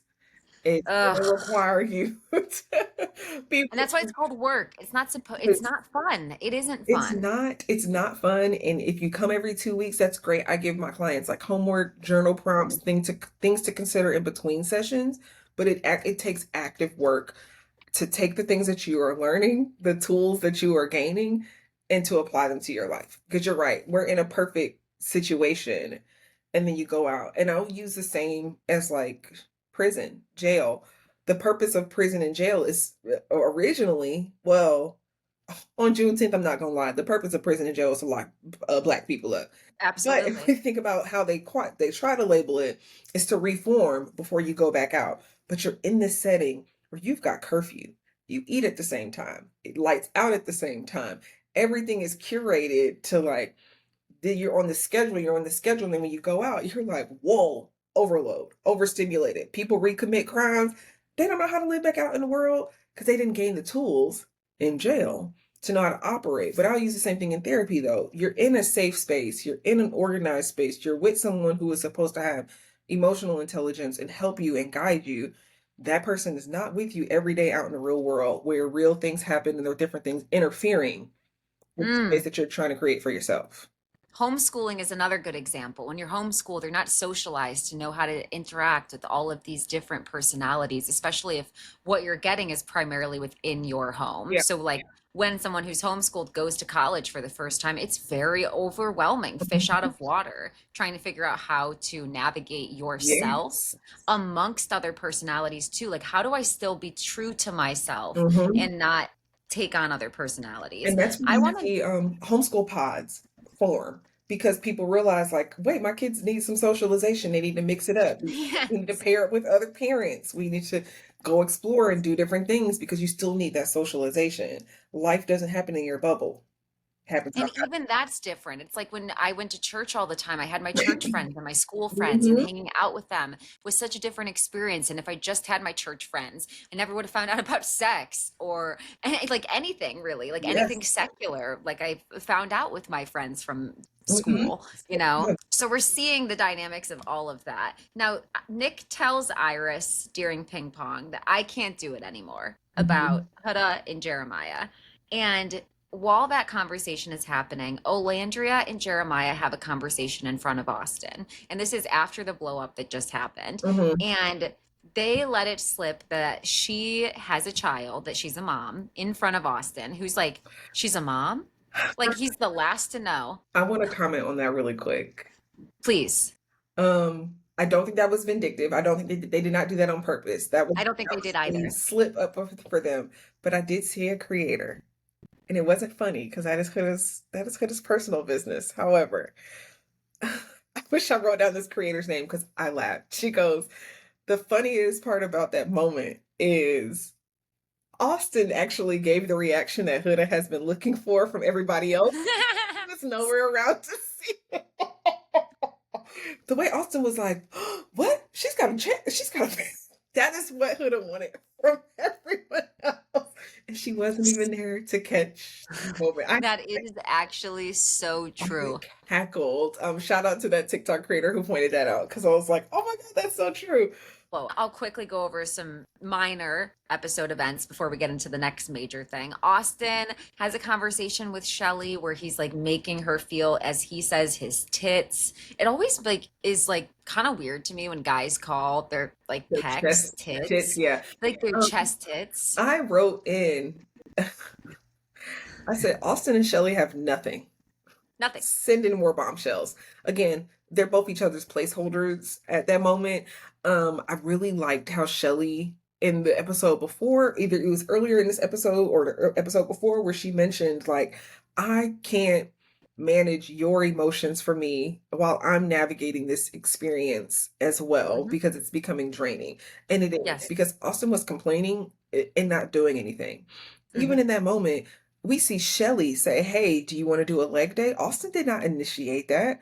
Austin Hmm. didn't say, "Shelly, let's work out together. Let's do this." That was all Shelly. But yet he's gonna turn. He would have turned around and complained if he would have had to been paired with her another day. So, Austin is like the epitome of complains but does nothing to change the situation that yeah, he's in. I find him exhausting. mm, This is outside of his political views, which I hate. You know what I mean? Like this is yes, just like I he, agree. you're just coasting by. You're doing nothing. Mhm. Where was the Austin who made the comment like, "You're not just gonna a girl like Shelly, you just can't. She's not gonna chase after you. Like you need to put in all the work." Where's that Austin? Austin, it dissipated as soon as those words came out of his mouth. It's all lip service. And all it takes is like a little initiative on Ace's part, Mm-hmm. and he's like in his head. He needs to learn to self-soothe. I don't Austin and Shelly, they have nothing. Okay. And then I also noted that I hate that I do cheese when Ace and Shelly talk because Ace is also breadcrumbing Shelly, but it's at least it's a cute breadcrumb. Don't cheese when they talk, but I did cackle when Sierra out of nowhere asked Nick if he believed in evolution, and he was like, "Yeah, I do. I don't see how you couldn't. Like every time I'm at the zoo, I look at myself, I see all the similarities. Nick is a himbo. He is, but I did it right. Nick and Sierra are cute. I like Nick and Sierra. I think they're Me too. cute. Do I think they're a love match? No. I don't necessarily think they're a love match. I think they could grow. I could see Nick. I think I would be more convinced if Nick like explored a little bit more and then came back to Sierra. But I also think that there might be somebody better for Sierra. There could always be somebody better for Nick, but I do like Nick and Sierra together for now. And I think that, yes, like I think they're a good match for now, but yeah, I sort of feel like he hasn't done enough. He's just coasting by really at this point as Mhm. well. He's not really deserving of Sierra. Like Mhm. he's just sort of like good conversation, good chat, funny, has good teeth. You know what I Yeah, mean? So like I see how he just gets by for a he's just while, likable. but he like, yeah, we'll continue. Jeremiah pulls Iris to the speakeasy and she tells him that she feels awkward. She feels like she's walking on eggshells and she just really doesn't know how to pursue this situation. Now, Jeremiah reassured Iris that she's not his plan B. He is giving the relationship, he is gonna give her a serious, Hmm. what is it called? Like Try shot. effort. Yeah, try. A serious try. What do you think about that? I thought that was fair. Me too. I thought that was fair. I think I we we in America did deal Iris a shit hand, but we We had to did. do it on purpose because Yes. we're over all the other stuff. I do like that he went and had a side conversation with her even after the date. I thought Mhm. that was very big of him as well. Just to try to reaffirm her a little bit. I didn't think that he was saying too much. I think he was just like, I mean, I'm interested in getting to know you. Like it is what it is. I don't think Jeremiah really false promises things. You know what I mean? Not from what I've seen. Not from what I've seen. No. Yes. Now Sierra has a conversation and tells Huda that name calling should stop. And Yes. Alandria asks what the non-negotiables are. I think you wanted to hit on this earlier. Yes, because we hear Sierra go, maybe turn down the name calling. And yeah, then we hear Alondra ask, so like, what are your non-negotiables? If it's not like this, like, is it cheating? What is it? Because the girls are trying to understand, what is it going to take for you to leave Jeremiah if you're coming up and telling us that these are all the things that he did? Now, I do want to back up a little bit because this is the point where this is right after the whole blow up, right? Isn't this is when they after they come back, after all the bombshells are back, and this Yes. after Huda sits down. I do want to touch on her eavesdropping. Um, Mm. Mm-hmm. Totally inappropriate. You're Mm-hmm. eavesdropping while the girls are discussing their dates. Yes, that was so weird. You've already dismissed yourself. I gotta use the Mm-hmm. restroom. You've made a little scene getting up, and you're listening to the guys. This is the part where I had to ask, like, Nick, what do you want from Jeremiah? Because you hear Nick saying Jeremiah, talking to Jeremiah, and kind of like criticizing him about exploring. And Nick is like, Mm-hmm. or Jeremiah goes, one day y'all are telling me I'm not exploring and I need to. And now that I am exploring, you're saying it's too much. But you also hear Jeremiah take accountability because Nick, this is where it was. It was right before you hear Nick talk about how what Jeremiah did by not checking on Huda was wrong. And Jeremiah's like, fine, okay, I get it. But I had a lot going on in my own head. I'll take accountability for that. But y'all are also criticizing me for exploring and pulling Iris aside. Like, what do you want me to do? Exactly. So that is the part that Huda is eavesdropping on. Mm-hmm. Goes directly to the girls and relays the entire conversation, Mm-hmm. whether on purpose or by accident. I'm not going to get into that. That takes a lot of mind work to figure that out. But Mm-hmm. relays the full message to the girls. That's where you hear him call him all kind of bitches and a pussy ass bit, like, just it's vulgar, it's a Mm-hmm. lot. And then you hear Sierra go, maybe turn down on that's later on, maybe turn down on the name calling. But Mm-hmm. what did you think about her going up to Iris? I hated it. Okay. I hated I, it. I I hated it. And I think a lot of the commentary online was like, why did none of the girls get up and stop her? And I'm gonna be real. If I was in that situation, I don't think I would have gotten up because I would be over Huda. Mm-hmm. Um, her sending the guys down, inappropriate. I do like that the guys were like, y'all get up there. She was way too intense. Like, go check on her.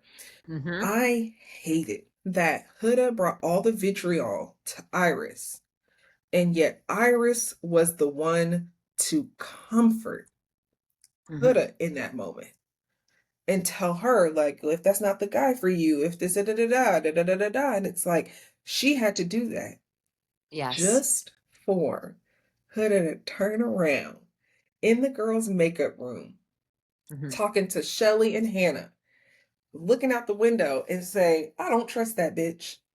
Mm-hmm. She's hiding something. Crazy. I flabbergasted, and we don't see their commentary about that, which again makes me feel like we're losing Mm-hmm. plot in the edit. Then this is where they're having a conversation where the rest of the girls are up there, and you hear Sierra go, maybe tone it down on the name calling, and then you hear Alandria, what are your non-negotiables? Huda, I don't want to talk right now. And then it Mm-hmm. cuts, and we're back at the guys. It's like there's more commentary happening from the girls' side, and I think the girls are trying to ask her level-headed questions, and she doesn't want to hear it. So why keep trying? Why keep trying to 100%. talk her off a cliff if when you're trying to have real conversations with her and address her, or at least be more inquisitive about her thought process, she's like, I don't care. Why keep trying? That's exhausting. Okay, well, you don't care, girl. I don't care. That's your relationship. If you, I had to laugh, and I don't know if it was this episode or the last one, but when Amaya like comforted Huda and she was like, I'll be honest with you, he's a dick for that. I laughed so fucking hard. Like when she was like when she said that, I'll be honest with you, he's a piece of shit. I love Like Maya. Amaya's so funny, but that's all that Huda wants to hear. Yeah, Like that's it. she doesn't want to hear. And my theory too is like she went to Iris because she wanted to hear about the date. She asked him, "Did he talk about me on the date?" She's like, "Not really." He's like, Mhm. He's a bitch. Okay, well, wouldn't it be weird if he talked about you the entire time on the date? Because it would be, right? Right? Like, And then we hear the delusion of, well, what did y'all do on the date? Well, we sat on the beach and my dream date. I'm sorry, girl. Did he plan that? I was flabbergasted when she said my dream date. And I was like, that's like going to like somebody's hotel room and being like, you have a shower. You have a shower. You know what I mean? And like, it's like everybody has a fucking shower in their hotel room. Like, I don't, like, I just didn't. Why are we so upset about that? So I hated it. I'm going to be honest though. Iris is a lovely girl. She's a sweet girl. She's beautiful. We gave her a horrible hand, but I needed someone to be brought in that was a bitch. I needed a bitch I to be agree. brought in. I need I needed someone who would have been like, can you pull me? I need No. a Go talk to Jeremiah. I need a cutthroat woman bombshell to come in and kind of cut Huda down to size that doesn't have any previous relationship with her. I think the girls all have that initial connection to her and they want to be nice because they've seen Huda be good. Like be chill and be like, okay, she's a little delusional. That's one thing. But now it's kind of I think the girls are just tired. I said the other girls don't want to chase her. And they're No. not going to chase her anymore.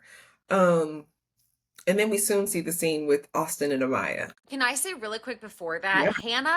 Is Hannah can go for me. The way that she was distraught over Charlie, we had to go on that emotional journey with her. She's over it. She's on the Pepe train now. And then she's in this makeup room. It's the same time where they're trying to have a serious conversation with Huda. I'm And she's putting on her makeup and she goes, I don't know. I hope tonight's a little bit messy. not gonna lie. Hannah. I like Hannah though. I like Hannah because again, Hannah is reminding us what Love Island is about. Like y'all just need to kiss a little bit more. True. Everybody needs to make out a little bit more And be less and be serious. less serious. Hmm. Yes. Okay, I can see that. Okay, fine, fair. I'll give her like maybe like a little bit of an Just a little. inch with I that. didn't like the messy, but I was also like, Hannah is far enough removed where I Yes. think Hannah is playing the role of like, I'm just here to have a good time. And I that is what some of us as viewers are missing out on is I think a lot of people there don't have time to correct Huda because they're just trying to have a good time. Like everybody's there just trying to make their own connections. If you want to flip out, I think they already know that she's hell bent on flipping out. What were you gonna say before we go on to the recoupling ceremony? I was just gonna say, Oh, Austin and Amaya, right? I'm a big fan of Amaya. I would love to see Amaya make it top seven, something like that. Amaya's a ball. I do like Austin with Amaya. I think it's crazy that Austin has lasted this long when all of us Hmm. at home were like, we're sending Austin home as soon as we can. But as soon Hmm. as Alyssa was gone, everybody was kind of like, Austin's okay. Um, Austin, I'm like Austin. You don't watch your back. your days Sleep are with one eye open. I'm still coming for your you. days are numbered. But I do like Austin with Amaya. That I thought that would have been something a long time ago. When as soon as Shelly started spending a little more time with Ace, I definitely in my head was like, why is Austin not spending more time with Amaya?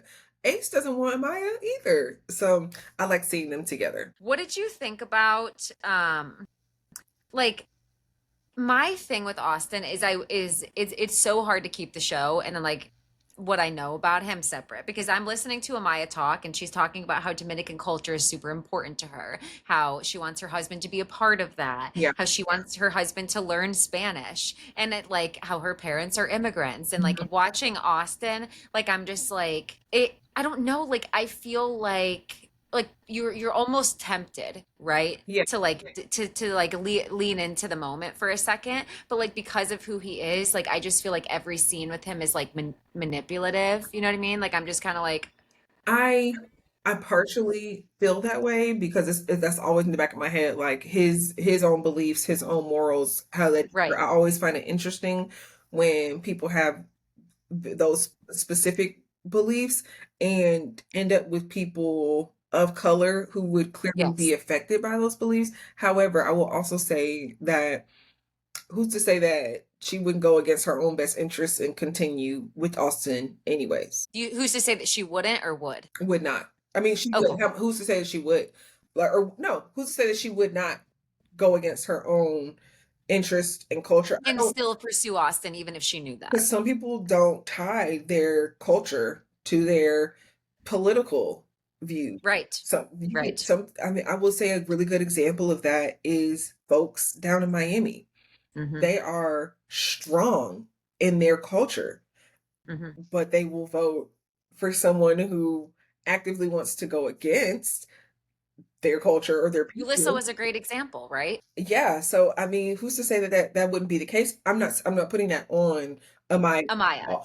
No. But that might be something that if they did continue, they could flourish outside of here, which I don't mind Austin with Amaya. I think they're fun. If we want to take the political out of it, because to be honest, nobody talks politics on the show. It's the viewers that are having this discussion.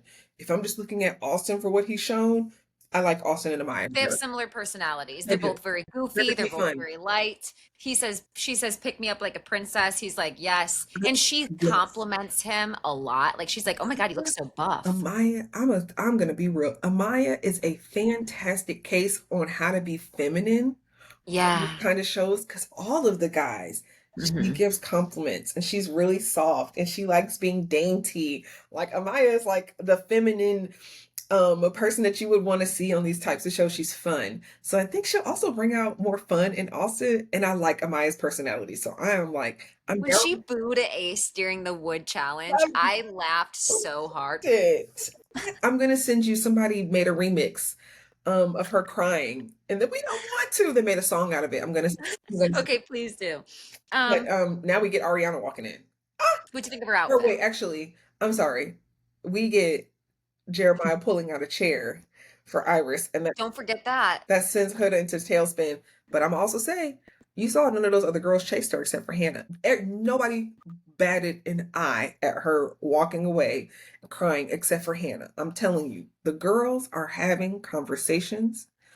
We're just not seeing it. Listen, I it's like how many it's like boy who cried wolf. How many things are we going to blow up about? First it's a chair, you know what I Hmm. mean? Like what? If she broke her heel and he picked Hmm. up the shoe, is that going to be an issue? Yeah, I don't know where the line is. That was crazy. And then Iris is standing there feeling awkward. Those are the things that feel like I understand that time, there's really no concept of time. And people say in Love is Blind all the time, 2 weeks feels like 6 months. hmm, Okay. So I'm willing to try to accept that a little bit, yeah, but it's like you would think that her and Jeremiah were the one that had a child together. Like you would think that there is all of this history between the two of them yeah. as to this as being so painful for her.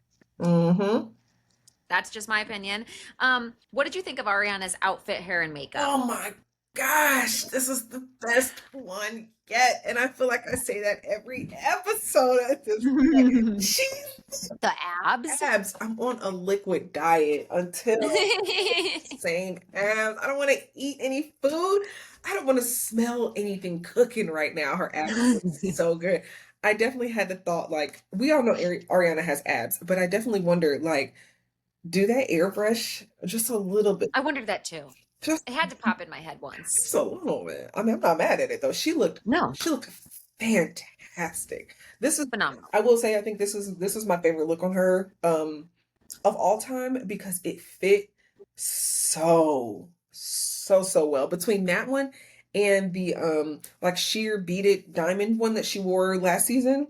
Yes. Flawless. Did you like her hair? I did like her hair. Okay. And moments I did, and then at other moments I wasn't too sure. That's fair. I think Yeah. it was like that bang up do. It was very in like if you've ever watched Real Housewives of Dubai, anybody who's listening, it was very Caroline Stanberry, the hair. Mm, Like it was very like if you know the reference, you know the reference. But like it also kind of reminded me of like Vanna White-ish. yes, I would have liked a soft, messy ponytail with like some curls in her face, and it'd be like mid, so it's not showing from the front, but it show in the back. It's pretty high, and it'd be like puffy and a little messy. That would have really sent it. I think it was just like the bangs. Like I would have Yeah, even liked more if they were just like I don't it's know. I just don't know. She looks great. she needs some like some spirally soft beach wave type of not bangs, but something that would have dragged out. Either way, Right. the dress She didn't looked have, great. couldn't look anywhere else. She looked great. She looked great. And like trust me, yes, that was the focal point. Yeah, They're like, and we'll have your hair but up. I get it. I get the hair comment. I do. Yes. And like that color, I'm personally like don't look great in that color, so I'm like not a huge fan, but I was like, she looks great in the color, and it's Love Island. You're in Yeah. Fiji. It's fun. It's light. Yeah. It's summer. I bet you it was hot as shit though to wear. Oh, In for all sure. seriousness, for sure. I know her Boob legs. I sweat. know her legs. Yes, I know her legs were tripping. Like my boob sweat would come out of that big hole that was right there occasionally. Yes. So continuing on, they did the recoupling ceremony, and this time they shook things up by doing a door, like a door thing. Everybody was lined up outside of behind a door. All the girls went behind the door, Hmm. and the guys, one by one, went and stood outside of the girl's door that they wanted. If the girl also wanted to couple up with him, the door would be unlocked for the guy. If she did not, he's denied entry. Hmm. I'm wondering if you felt like because of the twist they made with the doors, it hit less that this was the girl's choice because it wasn't just like we're standing at the fire pit with the ladies up front and then calling up the guy Yeah. that they would like to pick. It was like the guy still got to be the one to go into it. I kind of hated that a little bit. I think, for one, I had a prediction before the episode. I was like, because of course we get the first look. And I'm like, what's going to happen is they're going to say the girl who's not chosen needs to immediately leave and do not turn around, do not pass go. Your door never opens, go home. And I feel like had that happened, um, even though Jeremiah picked Iris, I think that it would have been even better, because it could have sent her home with no repercussions. And I think that leads me to kind of start my dog, kind of to the standing behind each other point. Hmm. But I won't jump into that just yet. But yeah, I thought the doors, it did kind of take away that it was the woman's choice, which means that the next recoupling more than likely will be the men again standing up there choosing.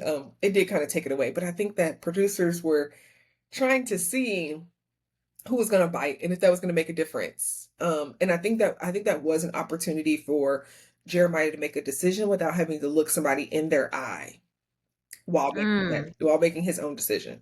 Have more privacy. Correct.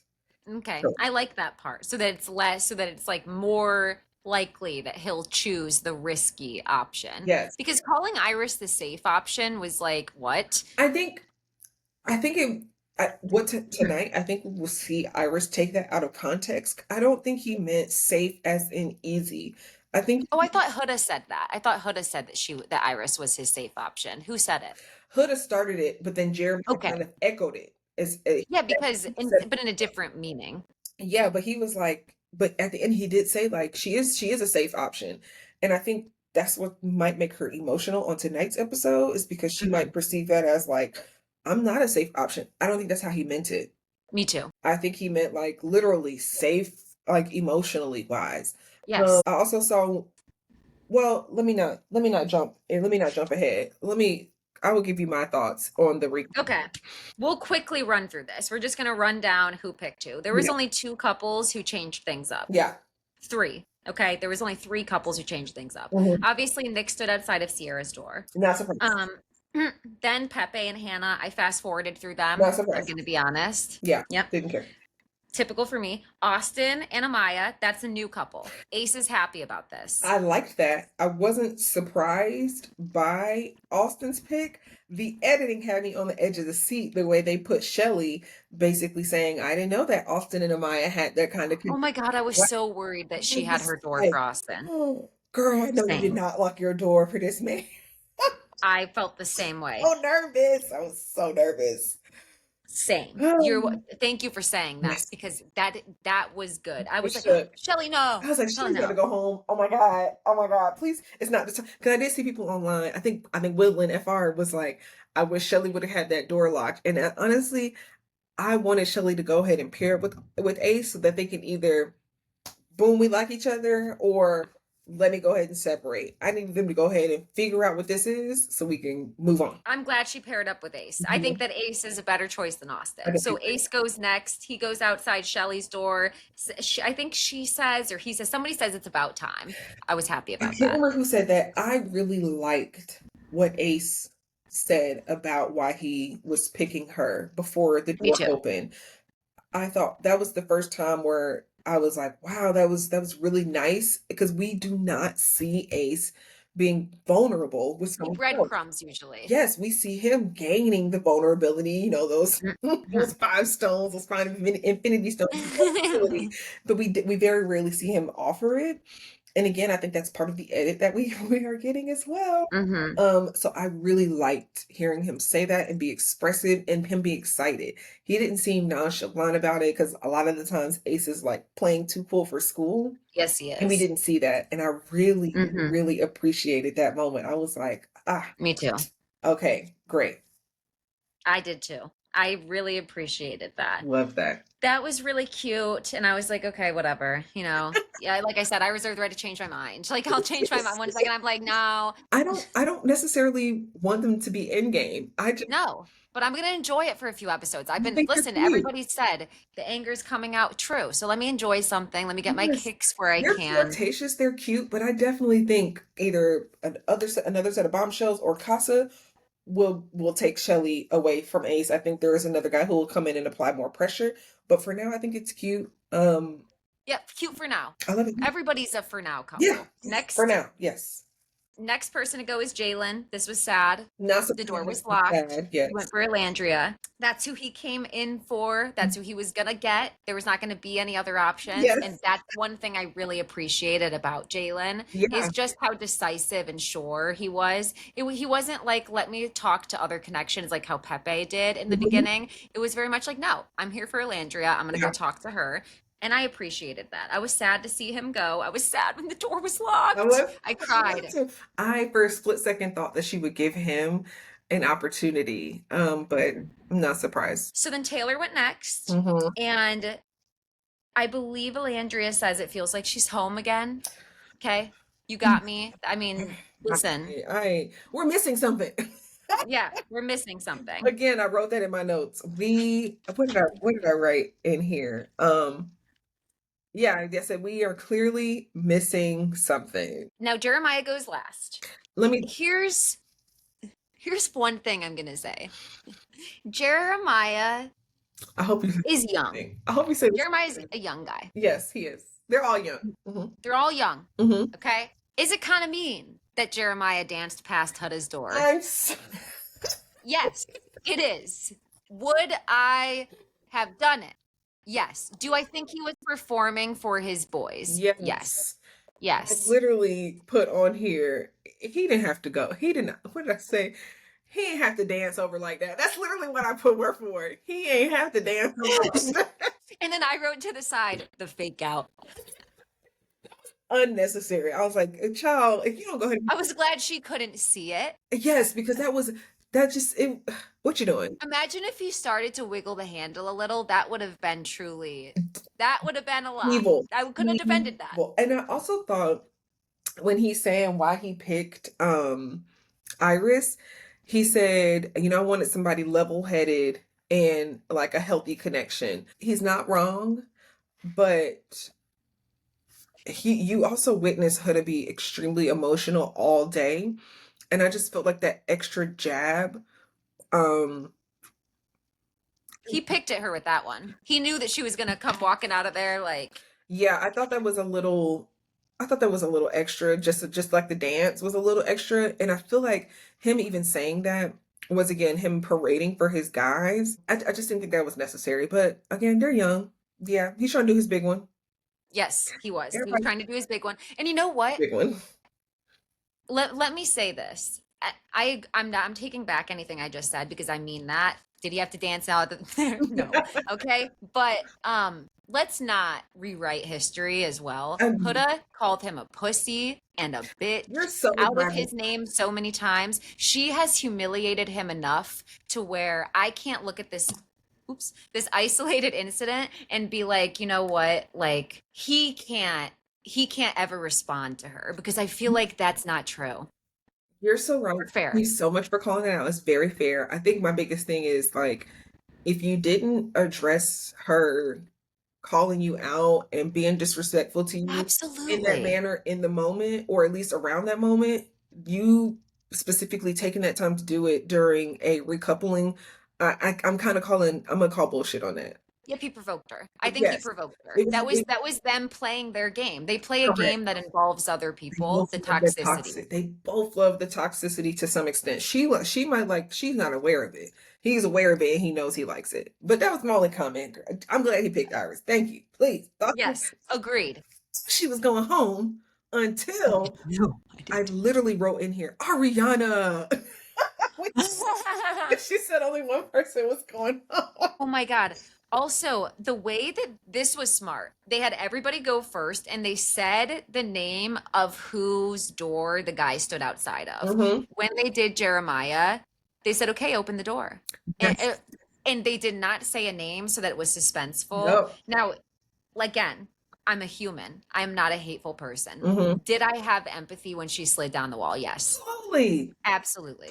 Absolutely. He might be acting an ass right now.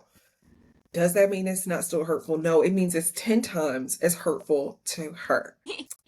The way that Huda is acting and responding to things in the house speaks to her not being emotionally mature, even though she's emotionally mature. Anyways, we know that's not to be the truth.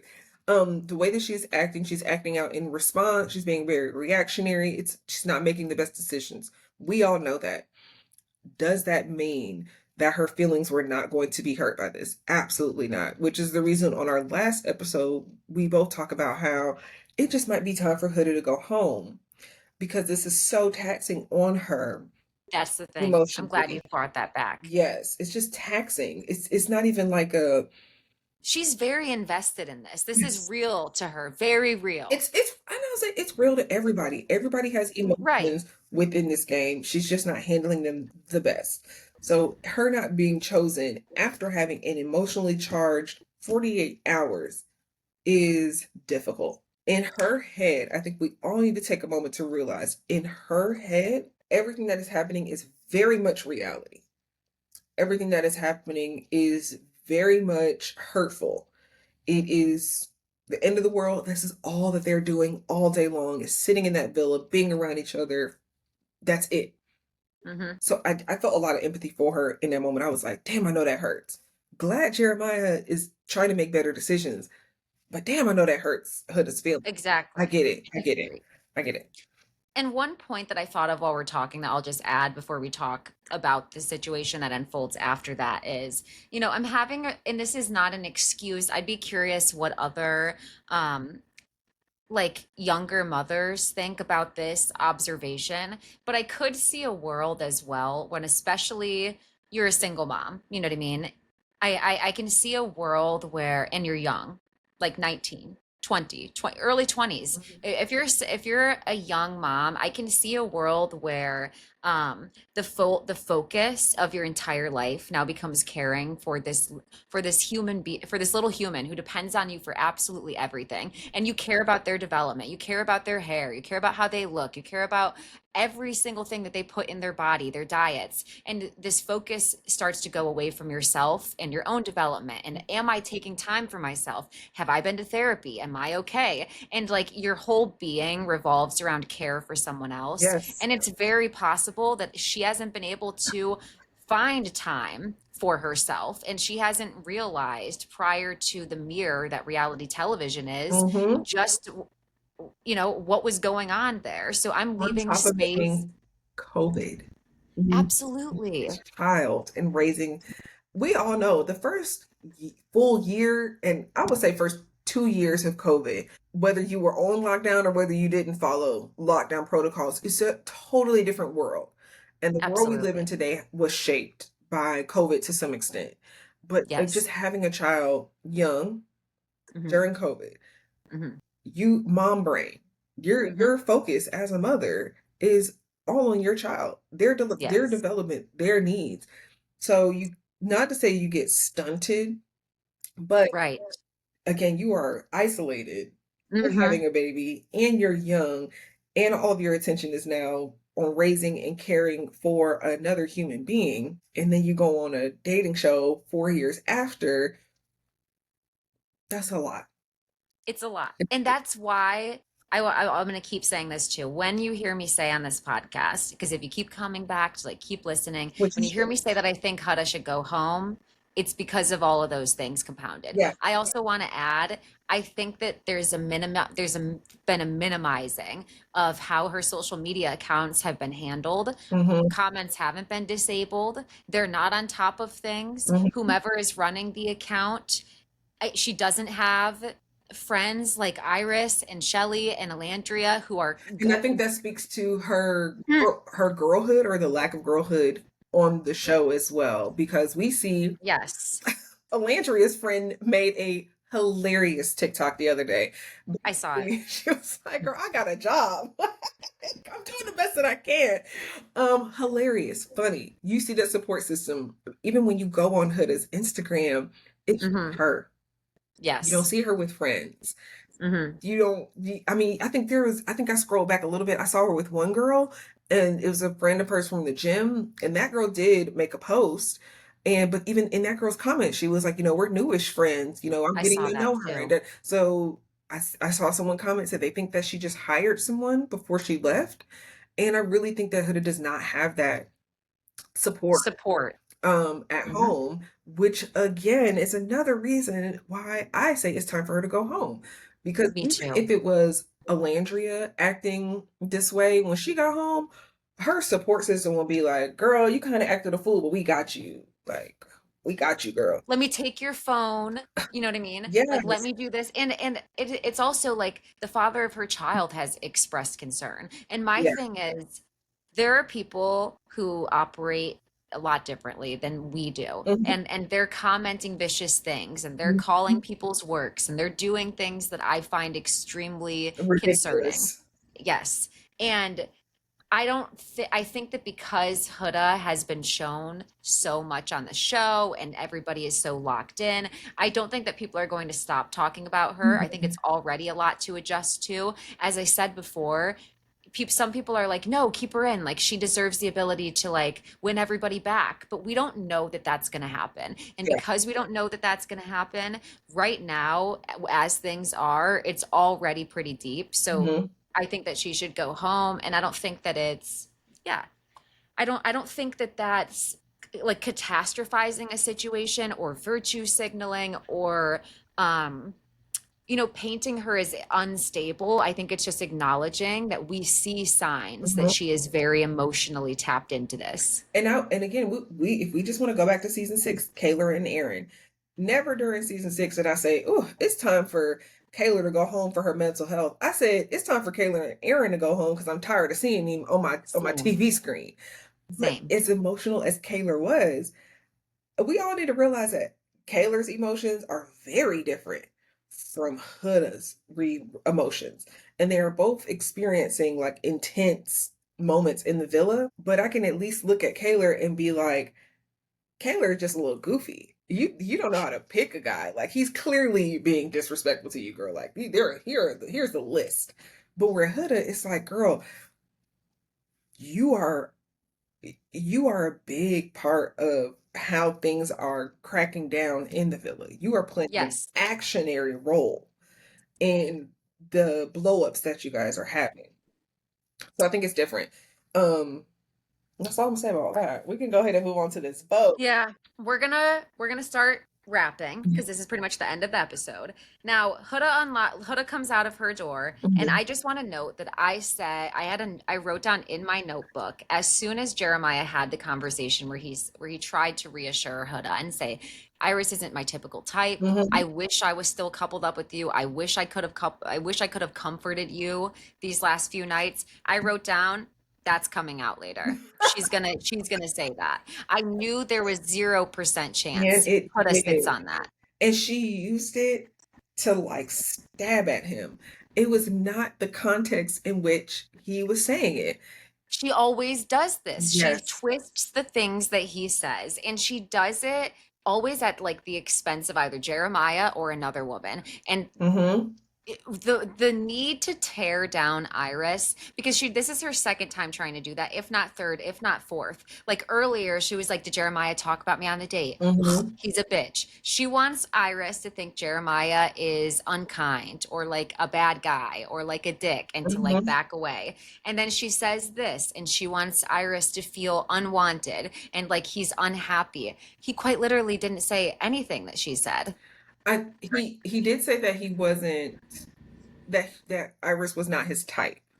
But the Typical type, right? Like usual type. Like, and I but think he didn't say she's ugly or like she's not yes, my type. yes. And I think he meant it in the tone of you are my type. I would have liked to continue to be paired with you, but Yes. blah blah blah blah blah blah blah. And I also say I when she came I just had a vision, an image of my head of her kicking down the door and being like, that's why he said. um, I think she did that not to intentionally jab at Iris, but to jab at him. But unfortunately, that jabs at Iris at the same time. Again, selective hearing, I really think that in her head, that is how she interpreted what he was saying. I don't believe Hmm. that she is being strategically vindictive. I think she's being vindictive, but again, not strategically. I truly believe from what I'm seeing based on the edit that she's just taking the information and that is how she really heard it. I think that's really how she heard it. Wow. Now, we know that's not how it was said, but again, when you're having conversations with somebody, heightened emotions, a lot involved, you will hear things totally different. In the past, with couples in session, I will record and I will play it back for them when they're having an argument and they're like, that's how we sound. Oh my God. You'd be It's probably surprised. mortifying. You'd be Yeah. you'll be shocked to Hmm. if you ever recorded any of your disagreements or arguments that Oh, I'm you sure. play it back and the things that you thought you heard are not Yes. what you heard. And again, I think emotions are so heightened that she literally that's what she thought she heard. Okay, well, it's a convoluted territory to be in that that's really what she is. Get it. And that's concerning. Yeah. There's Yes. really no way to have a productive conversation with someone when what they hear is so different than what was actually being said. Mm-hmm. So after this happens, Ariana announces that one person's going home. Okay. And they have Jaylen on one side and Huda on the other. And this brings back flashbacks to any game that you would play at recess, any gym class, anytime I was last picked. Like this brings back memories of kickball, of whatever. Mm-hmm. So Jaylen is standing to the side. Now, here's what I'm going to say. There should have been a lot more people behind Jaylen, even for the sheer fact that Jeremiah was behind Jaylen. Like, I have thoughts on why certain people voted the way they did. because, well, first let's tell them how, first we'll say who voted who, and then you share that. Mm-hmm. Okay. Behind Jaylen was only men. Okay. Mm-hmm. So it was Austin, Nick, Jeremiah, and Pepe. Mm-hmm. Behind Huda was Sierra, Amaya, Shelly, Ace, Iris, Taylor, Alandria, and Hannah. Mm-hmm. And your thought for what, like, because the people I had question marks next to was Iris, Yep. Taylor, Ace, and yeah, those are the people I had question marks next to. Let's go one by one. Okay. Iris. I truly believe Iris picked Huda for a few different reasons. Girlhood. Sure. If I was on there, I would have picked Huda. I would not have picked Huda. But I think Iris started first with girlhood. And I think this comes with what is Huda telling the girls? What is the information that the girls are getting from Huda? Because we don't see many of the girls outside of Alandria have any conversations with Jeremiah at all. So maybe the version of the story that they're getting is that Huda was love bombed and that they perceived it as love bombing and that they're looking out for her and they're trying to give her a fair shake.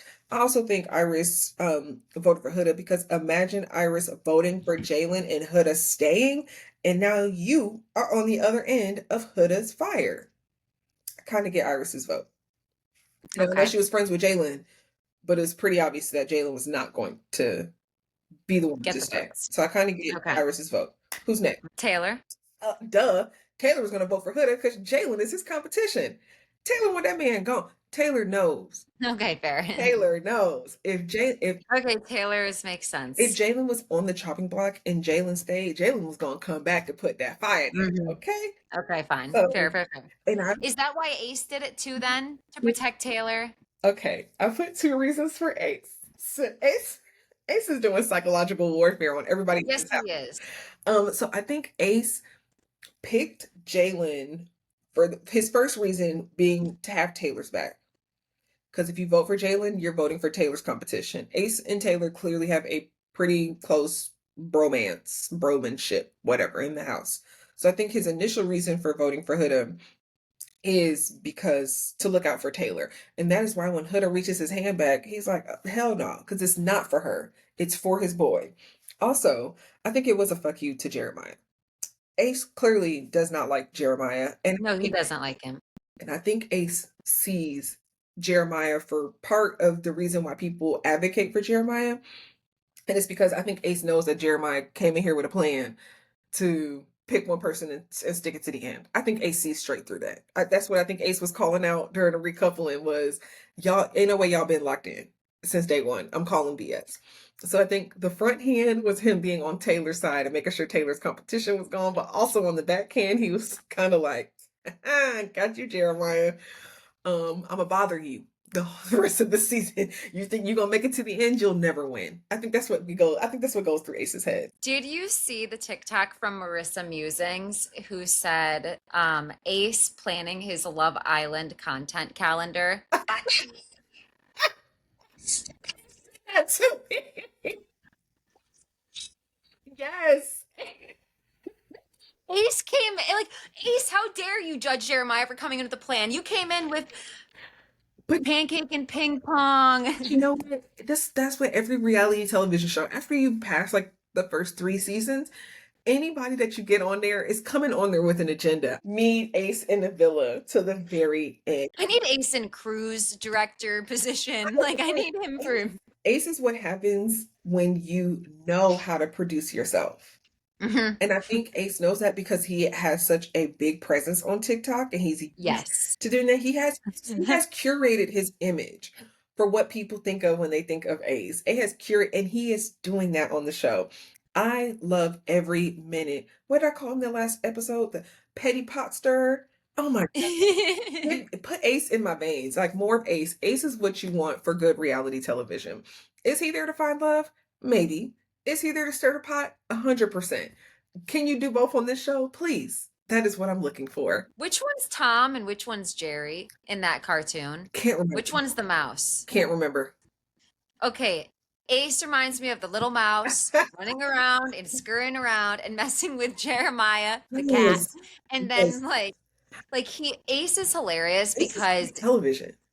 Ace is like in Game of Thrones, like what was it called? Like the seer? Yes. Yeah. Ace is the good version of Littlefinger. If you watch Game of Thrones, Ace is Littlefinger, the good version. The Wow. good version.